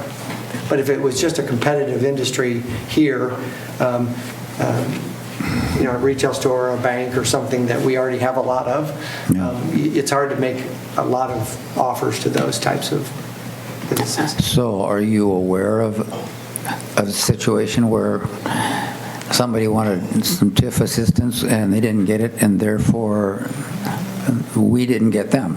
I can't recall. Okay. No. I mean, we haven't gotten beyond to the point of, and you find communities that get to that point with an employer or a manufacturer, let's say, that's got 3 cities on the hook, and they're waiting for everybody to sweeten their pot. That's a different situation. We don't usually have that kind of situation that presents itself. I would rather see, and what we're kind of focusing on is maybe looking at ways that we can use some TIF money to maybe acquire property in the future for future development, because we're running out of space for somebody who would want to come to a community and we don't have any place for them. So buying land to expand our business parks or our industrial parks probably makes more sense than individual. We got to get the chicken before the egg, or the egg before the chicken, I guess. So let's get the egg before the chicken.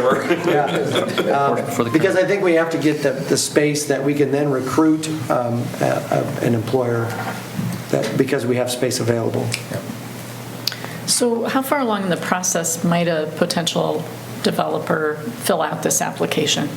Early on in the discussion? Do you Probably get the not early application on. first? Or? Yeah, probably not early on. We have discussions with people, and when it gets to the point where we're getting serious about that, and we want to get into some more final documents, I mean, they've generally given us general information.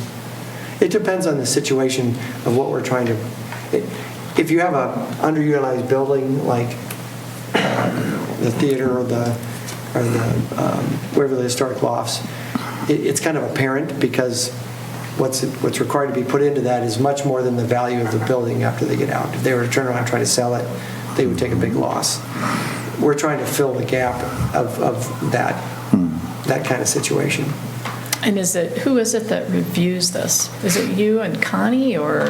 It's us initially, and then it's other staff members. I mean, James gets involved in this discussion. We talked about what TIF is available through our business finance director. Those are the types of things that we talk about, and it's not usually a bang process. I mean, generally, we talk about this kind of thing taking 2 to 3 months to get before council. And what role does the Economic Development Commission play in this, if any? We usually we have to get to the point where we're really considering and recommending it before we take it to them. And there's times when we've taken ideas to the commission before we take a specific proposal to the commission.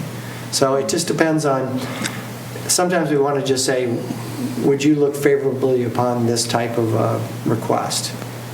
As opposed to, here's the exact number that's being requested. Because sometimes you got to get a feel for whether they think that's a good idea. It's a business that we need to incent, or an idea that we need to incent. So we use them as feedback for that kind of thing, because that's a good cross-section of the community and business leaders.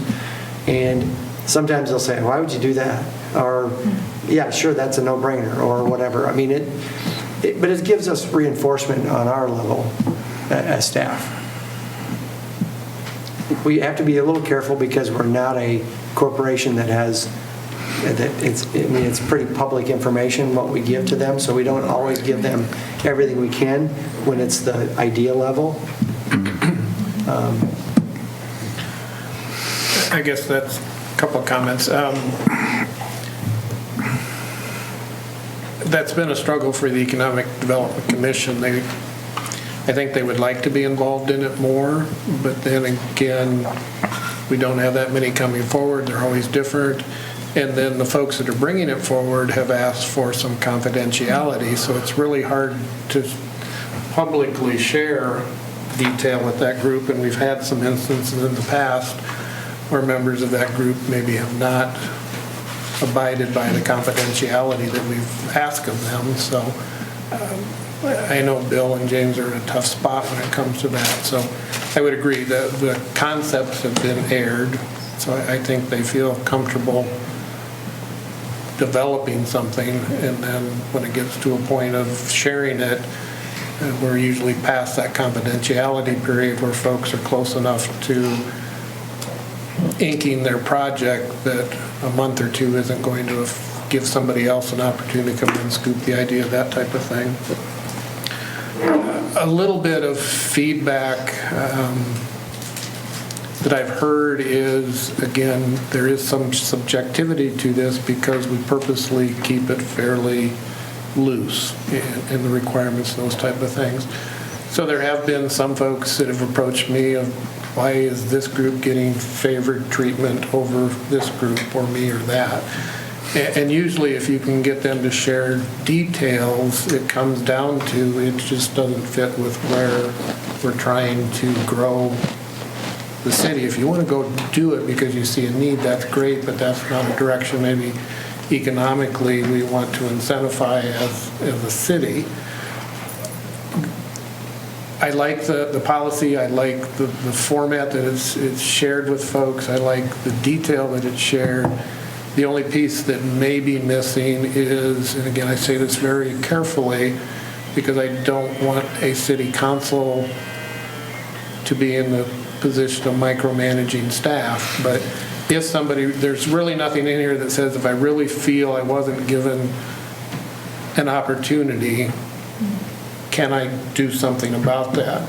The housing code, the rental code allows them to come back and say, I don't agree with this, that type of thing. So I don't know if we can put something in this program that says, an appeal process is if you feel you weren't heard, they didn't understand, you were, for whatever reason, the bias was against you, what's your remedy to that? Is that approaching 2 or 3 council people, making your pitch, those type of things? But again, so if we have somebody that is asked and we give them the explanation as to why we don't think it would be well considered, and they generally just say, okay, well, somebody told me to ask because they said we could get some money.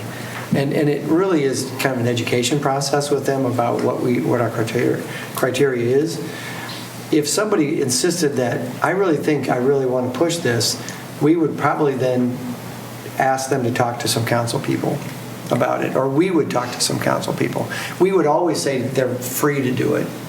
We would then take it probably to Dan first because he's he's our liaison, but we might bring it up to several of you, and I think we've done that before. So I mean, there's some times when I've come to each of you. I mean, we try to spread that around so that one project we ask somebody else the next time, just so we're not picking favorites, but we do try to do that. And again, I think that has worked in the past, but again, if my project's the one being considered, you're going off and doing that work for me, am I comfortable that you're giving it the appropriate emphasis when you talk to people? So again, I say this very cautiously because I think you are doing a great job administering the program, but what if? Is there a more formal way to say, if you don't feel you're being treated right, here's the remedy to it? And without, again, having every project that you kind of say, no, that doesn't fit with, end up on our lap to then scrutinize and that type of thing. I would like to start with the idea that we would bring it up to a couple council members and just see, and let them do the same thing. Because if they don't trust us to do that, we would say, well, pick an at-large or pick your council from your ward and talk to them and see what they think. Because if you come back to me and say, I think it's a good idea, maybe we should consider this more, then we'll do that. Well, I don't know if I want to build it into the policy, but because that... I mean, we would encourage that, and that just has not really been the case. Even when we've gone in front of economic development, we've had some that were questionable that wasn't we should push this through anyway. But that being the case for the agenda, if there's a couple council, you're at large in your ward, you can have this put on the agenda for them to come in. But they also have to be willing to come in with the proper amount of information, their financials, the history, and they don't always want to do that. Sometimes we don't even get that information, but we're expected to just trust them. Just let us, it's going to be fine, trust us. We can't do that either. And so sometimes there is a hit and miss as to what is happening as far as they weren't given a fair shake. We didn't provide what you needed to because you didn't want to let that out, and we can't really make a judgment based on that either. So, but I think we would encourage someone to go to their representatives, which would be a maximum of 3, 2 at large in the ward, and then you could decide if you wanted to put it on the agenda or not. If you felt it was worthy to come before the whole council, if that appeals to everyone, we can certainly encourage it. Well, I think it would be helpful to have them fill out the application, because I think, then it's actually a formal request, and you can see in a more systematized way whether they meet the criteria for TIF financing. And then it's just everybody gets the same information and can then judge it that way. Yep. So I think that, I think you do a good job of talking to us individually, but I guess it's hard to tell on the receiving end. Is this like you're actually running an actual plan by me, or you're just sharing something that's interesting? You know what I mean? So I think if it was formalized, at least with the basic structure of this, that would be helpful. But keep in mind, most of this is either and it could be somebody just building a new building that's already in town, which retention is a tough one, because usually we don't give incentives for retention unless we have a chance of losing them to another community. And even then, we have to say, we hope you pick here because it's a good place to be, because we still can't justify it. Right, but at least gives us a starting point, and everyone, as I said, has consistent information and gives you something to start your process of vetting it. Yeah. We talk about, we would actually go through the criteria and kind of say, this is why it doesn't. So, I mean, if they're not creating jobs, or if they're creating limited property tax, if it's another office building in a line of office buildings. Do you document that conversation? Not necessarily. That's where I think there might be I mean, I can think issues. I mean, I've had probably twice that I've told people that we wouldn't have money for them in 5 years. So I don't know who the people are that think that, that there's an unfair process. And I don't know. I'm just saying that it just doesn't happen very often. Right. Yeah. I just think it would be useful. And then you could put on the application, here's why it doesn't fit TIF, or whatever. Well, if they submitted one, we'd probably do that process. Generally, they're asking, is it worth my time to submit an application? And we go through the criteria. Yeah, it'd be nice if they would submit it on the front end, but my experience has been it's one of the last things that gets created, because this is just one piece of their financial puzzle, and they're talking with other folks, so it's... Well, and also it's been very informal. There's never really been a formal application process that's required to enter into a discussion. So if the system doesn't require you, why would you? Well, the applications requirement's been there since 2014, 2015. But I guess my point is that it happens, I don't know how far along in the process. Right. I mean, we don't make them do the application. Right. So you can have all sorts of brainstorming happen and discussion without ever having a document that's, right. Which is what people want to do, because they don't want to do the work of putting together the application. They want to find out whether they're going to be considered and whether it meets our criteria, at least the application facially. is pretty basic. Right. You'd think it would be. It is basic. There's people that just don't want to do it. Well, and those considerations can be a little subjective. Yeah, sure. We're talking about, achieving public purposes. Sure. Yeah. I want to talk to the administration and see if what I think is achieving public purposes is what they think is achieving public purposes. Right. The big one is really your what kind of assistance, and then what is your financing? How much money do you have into it? What are you borrowing? Right. That's the kind of thing that they're not always wanting to share.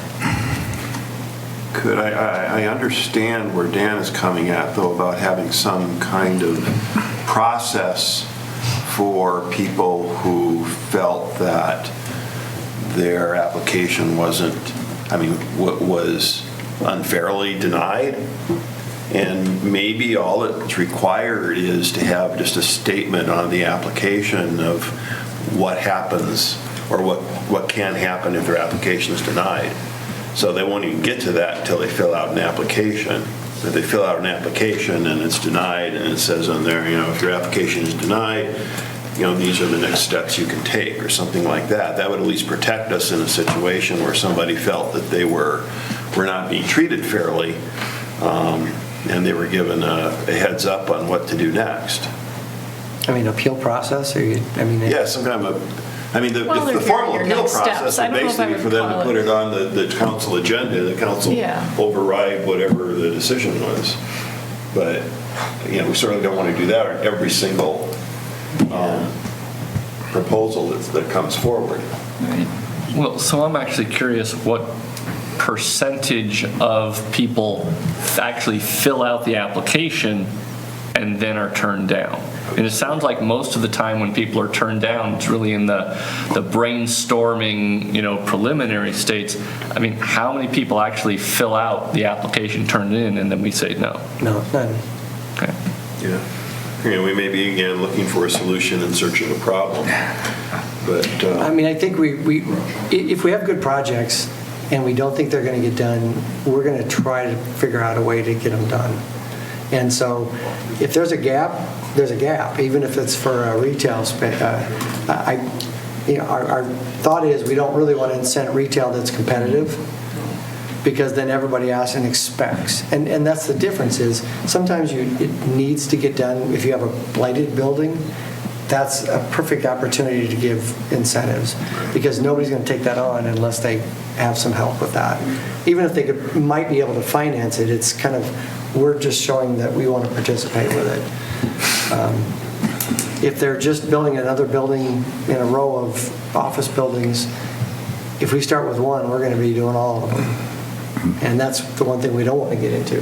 And I think that concern is well kind of offered, what do they do if they feel they weren't heard, very tentatively, because my experience has been it's more perception in people's minds than reality.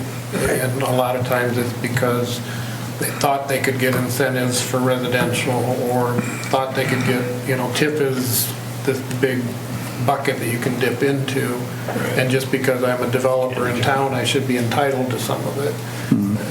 The ones that I've had an opportunity to talk with, it's pretty easy to explain to them why what they're looking at doesn't fall within what we historically used TIF money for. So again, I don't know how you deal with perceptions when sometimes the perception is being generated by people that aren't even players in the space. So I'm real hesitant to say we need to do something different. We can push them to fill out an application if they really think it's necessary. They don't want to. We'll push the application, and then if we still don't think it's fitting, we'll push them to go to their 3 council. We can easily do that without having to write it in, or if you want us to, we can write it in. Because I think putting into words and into an application, at least a preliminary application with some approximations or whatever. And a lot that's of it's what I just do if they really educating insisted. people about TIF. Yeah. Right, about here are the types of projects, and here's that list, and making that very simple and very prominent. Yep. Our citizens And tonight. does your project meet these criteria? If not, this isn't the... The concern that Mr. Schneider expressed tonight, I think was very valid. And we take that very seriously, because when we generate TIF money, if we're not going to use it for a good purpose, we give it back to the general fund. And we intend to do that. We don't want to just use it just to use for something. We're not just trying to find things to do it with. And that shows in how few we've done over how many years. It's pretty small compared to some communities that use it for a lot of things. And we know that the county and the school expect us to do that. Because if they authorize us to put property into TIF that's going to generate increment, we're not necessarily going to use that all up. We just want it available if there's something really good that we need it for, and then we can go back and do that. So, well, I appreciate your referencing Matthew Schneider's comments earlier. It seems to me, from what I've heard you tell us about the rationale for how we do TIF financing, that you've responded to his concerns pretty well. I do have a question. Is there a downside to using TIF? Or is it possible for a community to to be too generous with it? And are there unintended consequences, or can there be? I mean, it really does finish well, go ahead. You can give it away for everything, and then you're really subjecting your tax base to a burden. I mean, it is possible. We're not that. I mean, we can point you to poster childs around the state. There's a handful that do it. We're not going to name them, but it doesn't take long to ask around any city around. They'll tell you who they are. Now, some argue, and there's been other studies done that apparently we don't look at, but it is beneficial. And some would say it was either detrimental or brilliant because they also doubled in size when others didn't. So was it worth it? Was it not? And that's where you have to look at which side of the coin you're on. So there's two sides to all of this. You can find as many saying it was a great idea to do it if used properly. Some would abuse it and it wasn't a good idea, but yet if the intent was to grow, they grew. So really, what was your end result and what did you want to do? So it's very much your perspective and how you want to look at it. So yes, there are some that could abuse it, but what is that abuse really when the outcome's what you wanted from it? Was it worth it or not? It would be up to the city and the officials that decided to do it.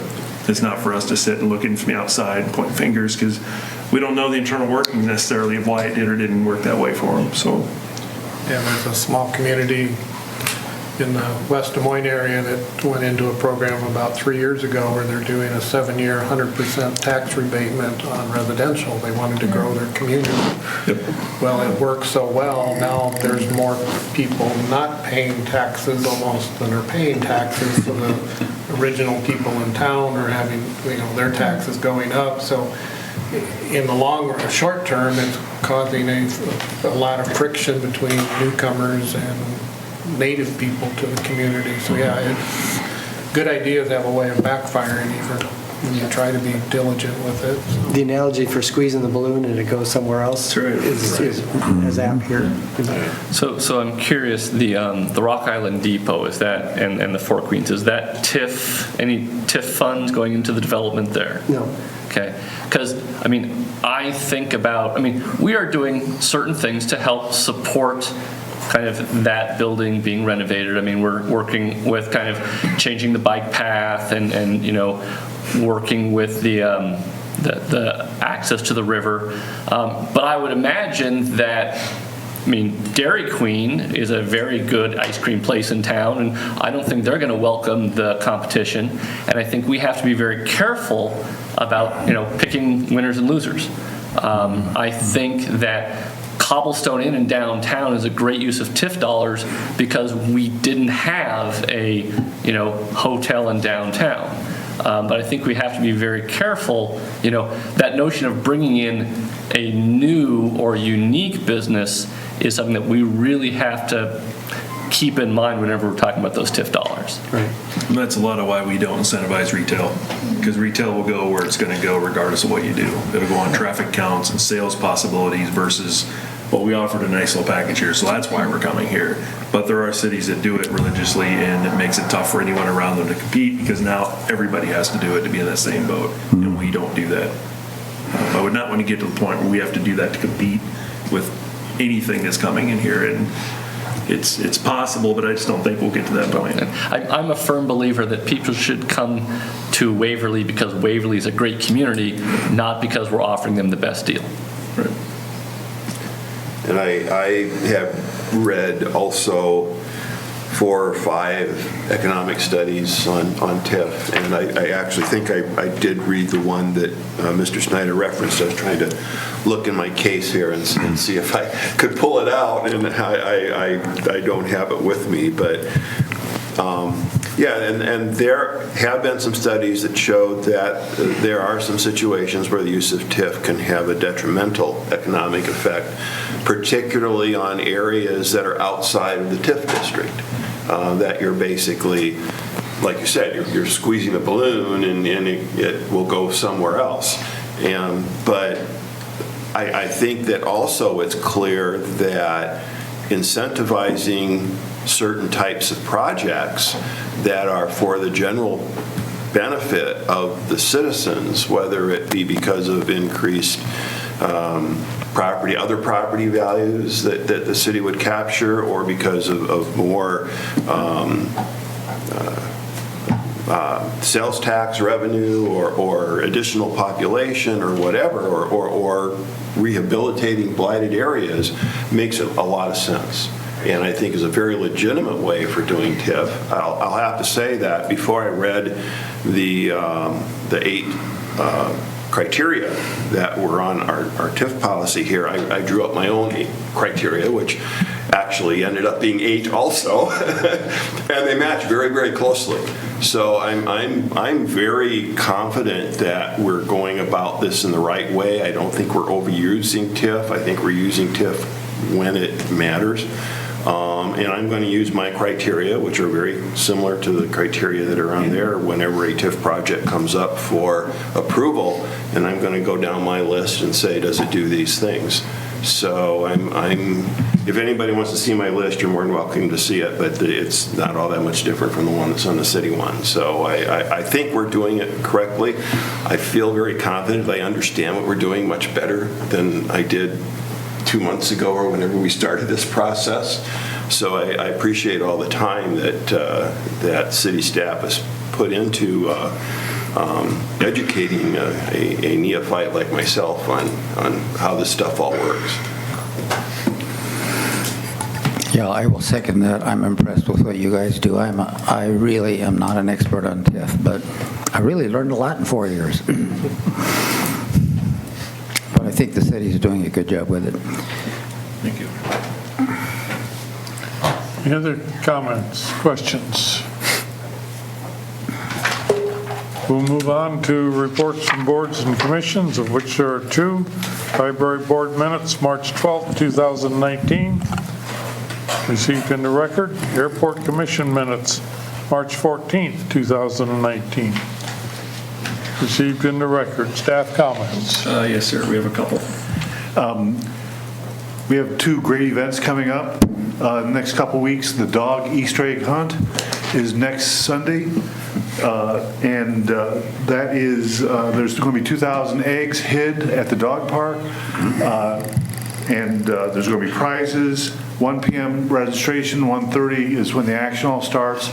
We expect 200 to 300 dogs, and it's a real kick if you just want to come and watch. The other event is the 13th annual Art Walk on May 4th. We have 30 artists, 4 food vendors, a traveling musician that will entertain you, a kids area, and that starts at 10 a.m. and goes to 4 p.m. in Coleman Park. So that's part of the reason why we all live here is those 2 events. There's also a Child Care Solutions meeting that's going to happen on May 7th at the library during the day, during the 3 o'clock to 5 o'clock, I think, hour is when the community people are being invited. And then in the evening is when the providers are being asked to come. So if you haven't received an invitation and want to come, you're welcome. It's not by invitation only. We've tried to send a bunch of those out to companies and places that we think are interested. So come to that meeting if you're interested in helping. And also on Saturday, May 4th, with the Art Walk, City of Waverly will be hosting the largest high school soccer tournament in the state. So for boys soccer, girls soccer follows the next weekend. It's quite an event to see it. You'll have possibly up to 20-some teams, varsity JV that come in. So it's a lot of influx of people in the city, in the downtown with the Art Walk, the soccer tournament. It's a very active weekend. There'll be 250 people in the try-by-night that same weekend as well. Wartburg will is doing a triathlon. It's about their 5th or 6th time. 8th try-by-night, 8th. Get your golf cart out.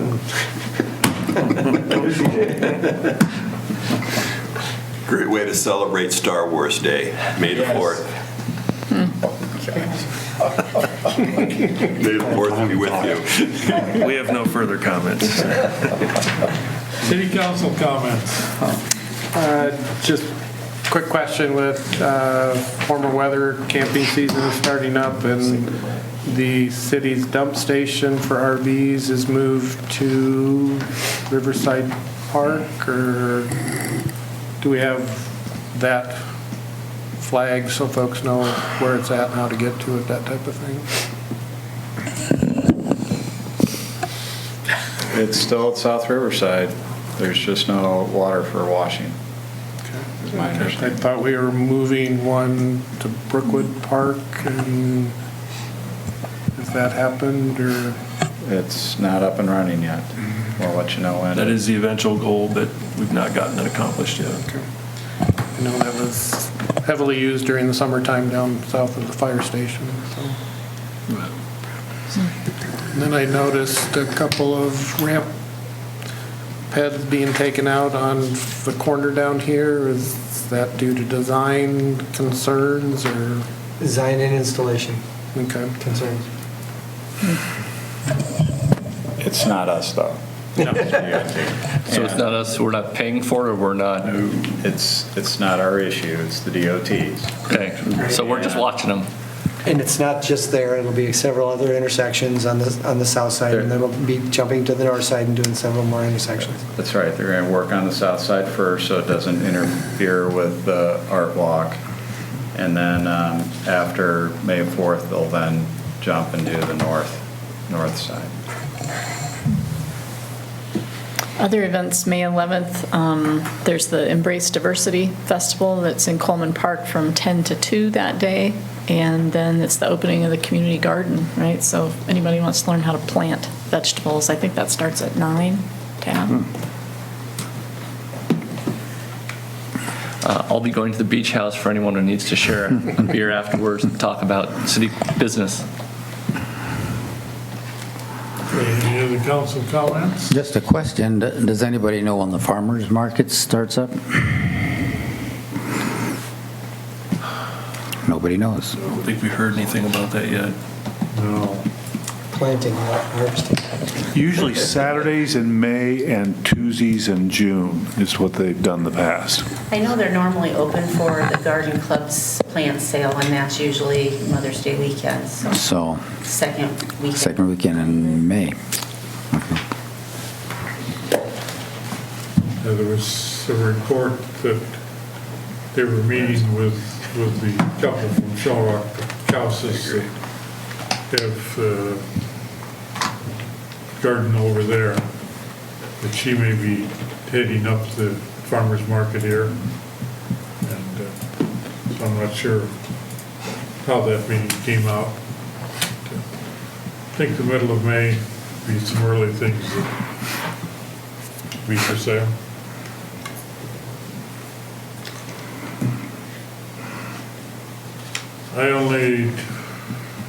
I think, Ian, there are a lot of activities taking place in the next 2 to 3 weeks within the community. And a reminder that's coming before our next council meeting, Adam Street Bridge. Make your plans to circumvent that. And figure out, other than that, I would entertain a motion for adjournment. So moved. Second. Motion made and seconded. All those in favor say yes? Yes. Yes. We are adjourned. May the 4th.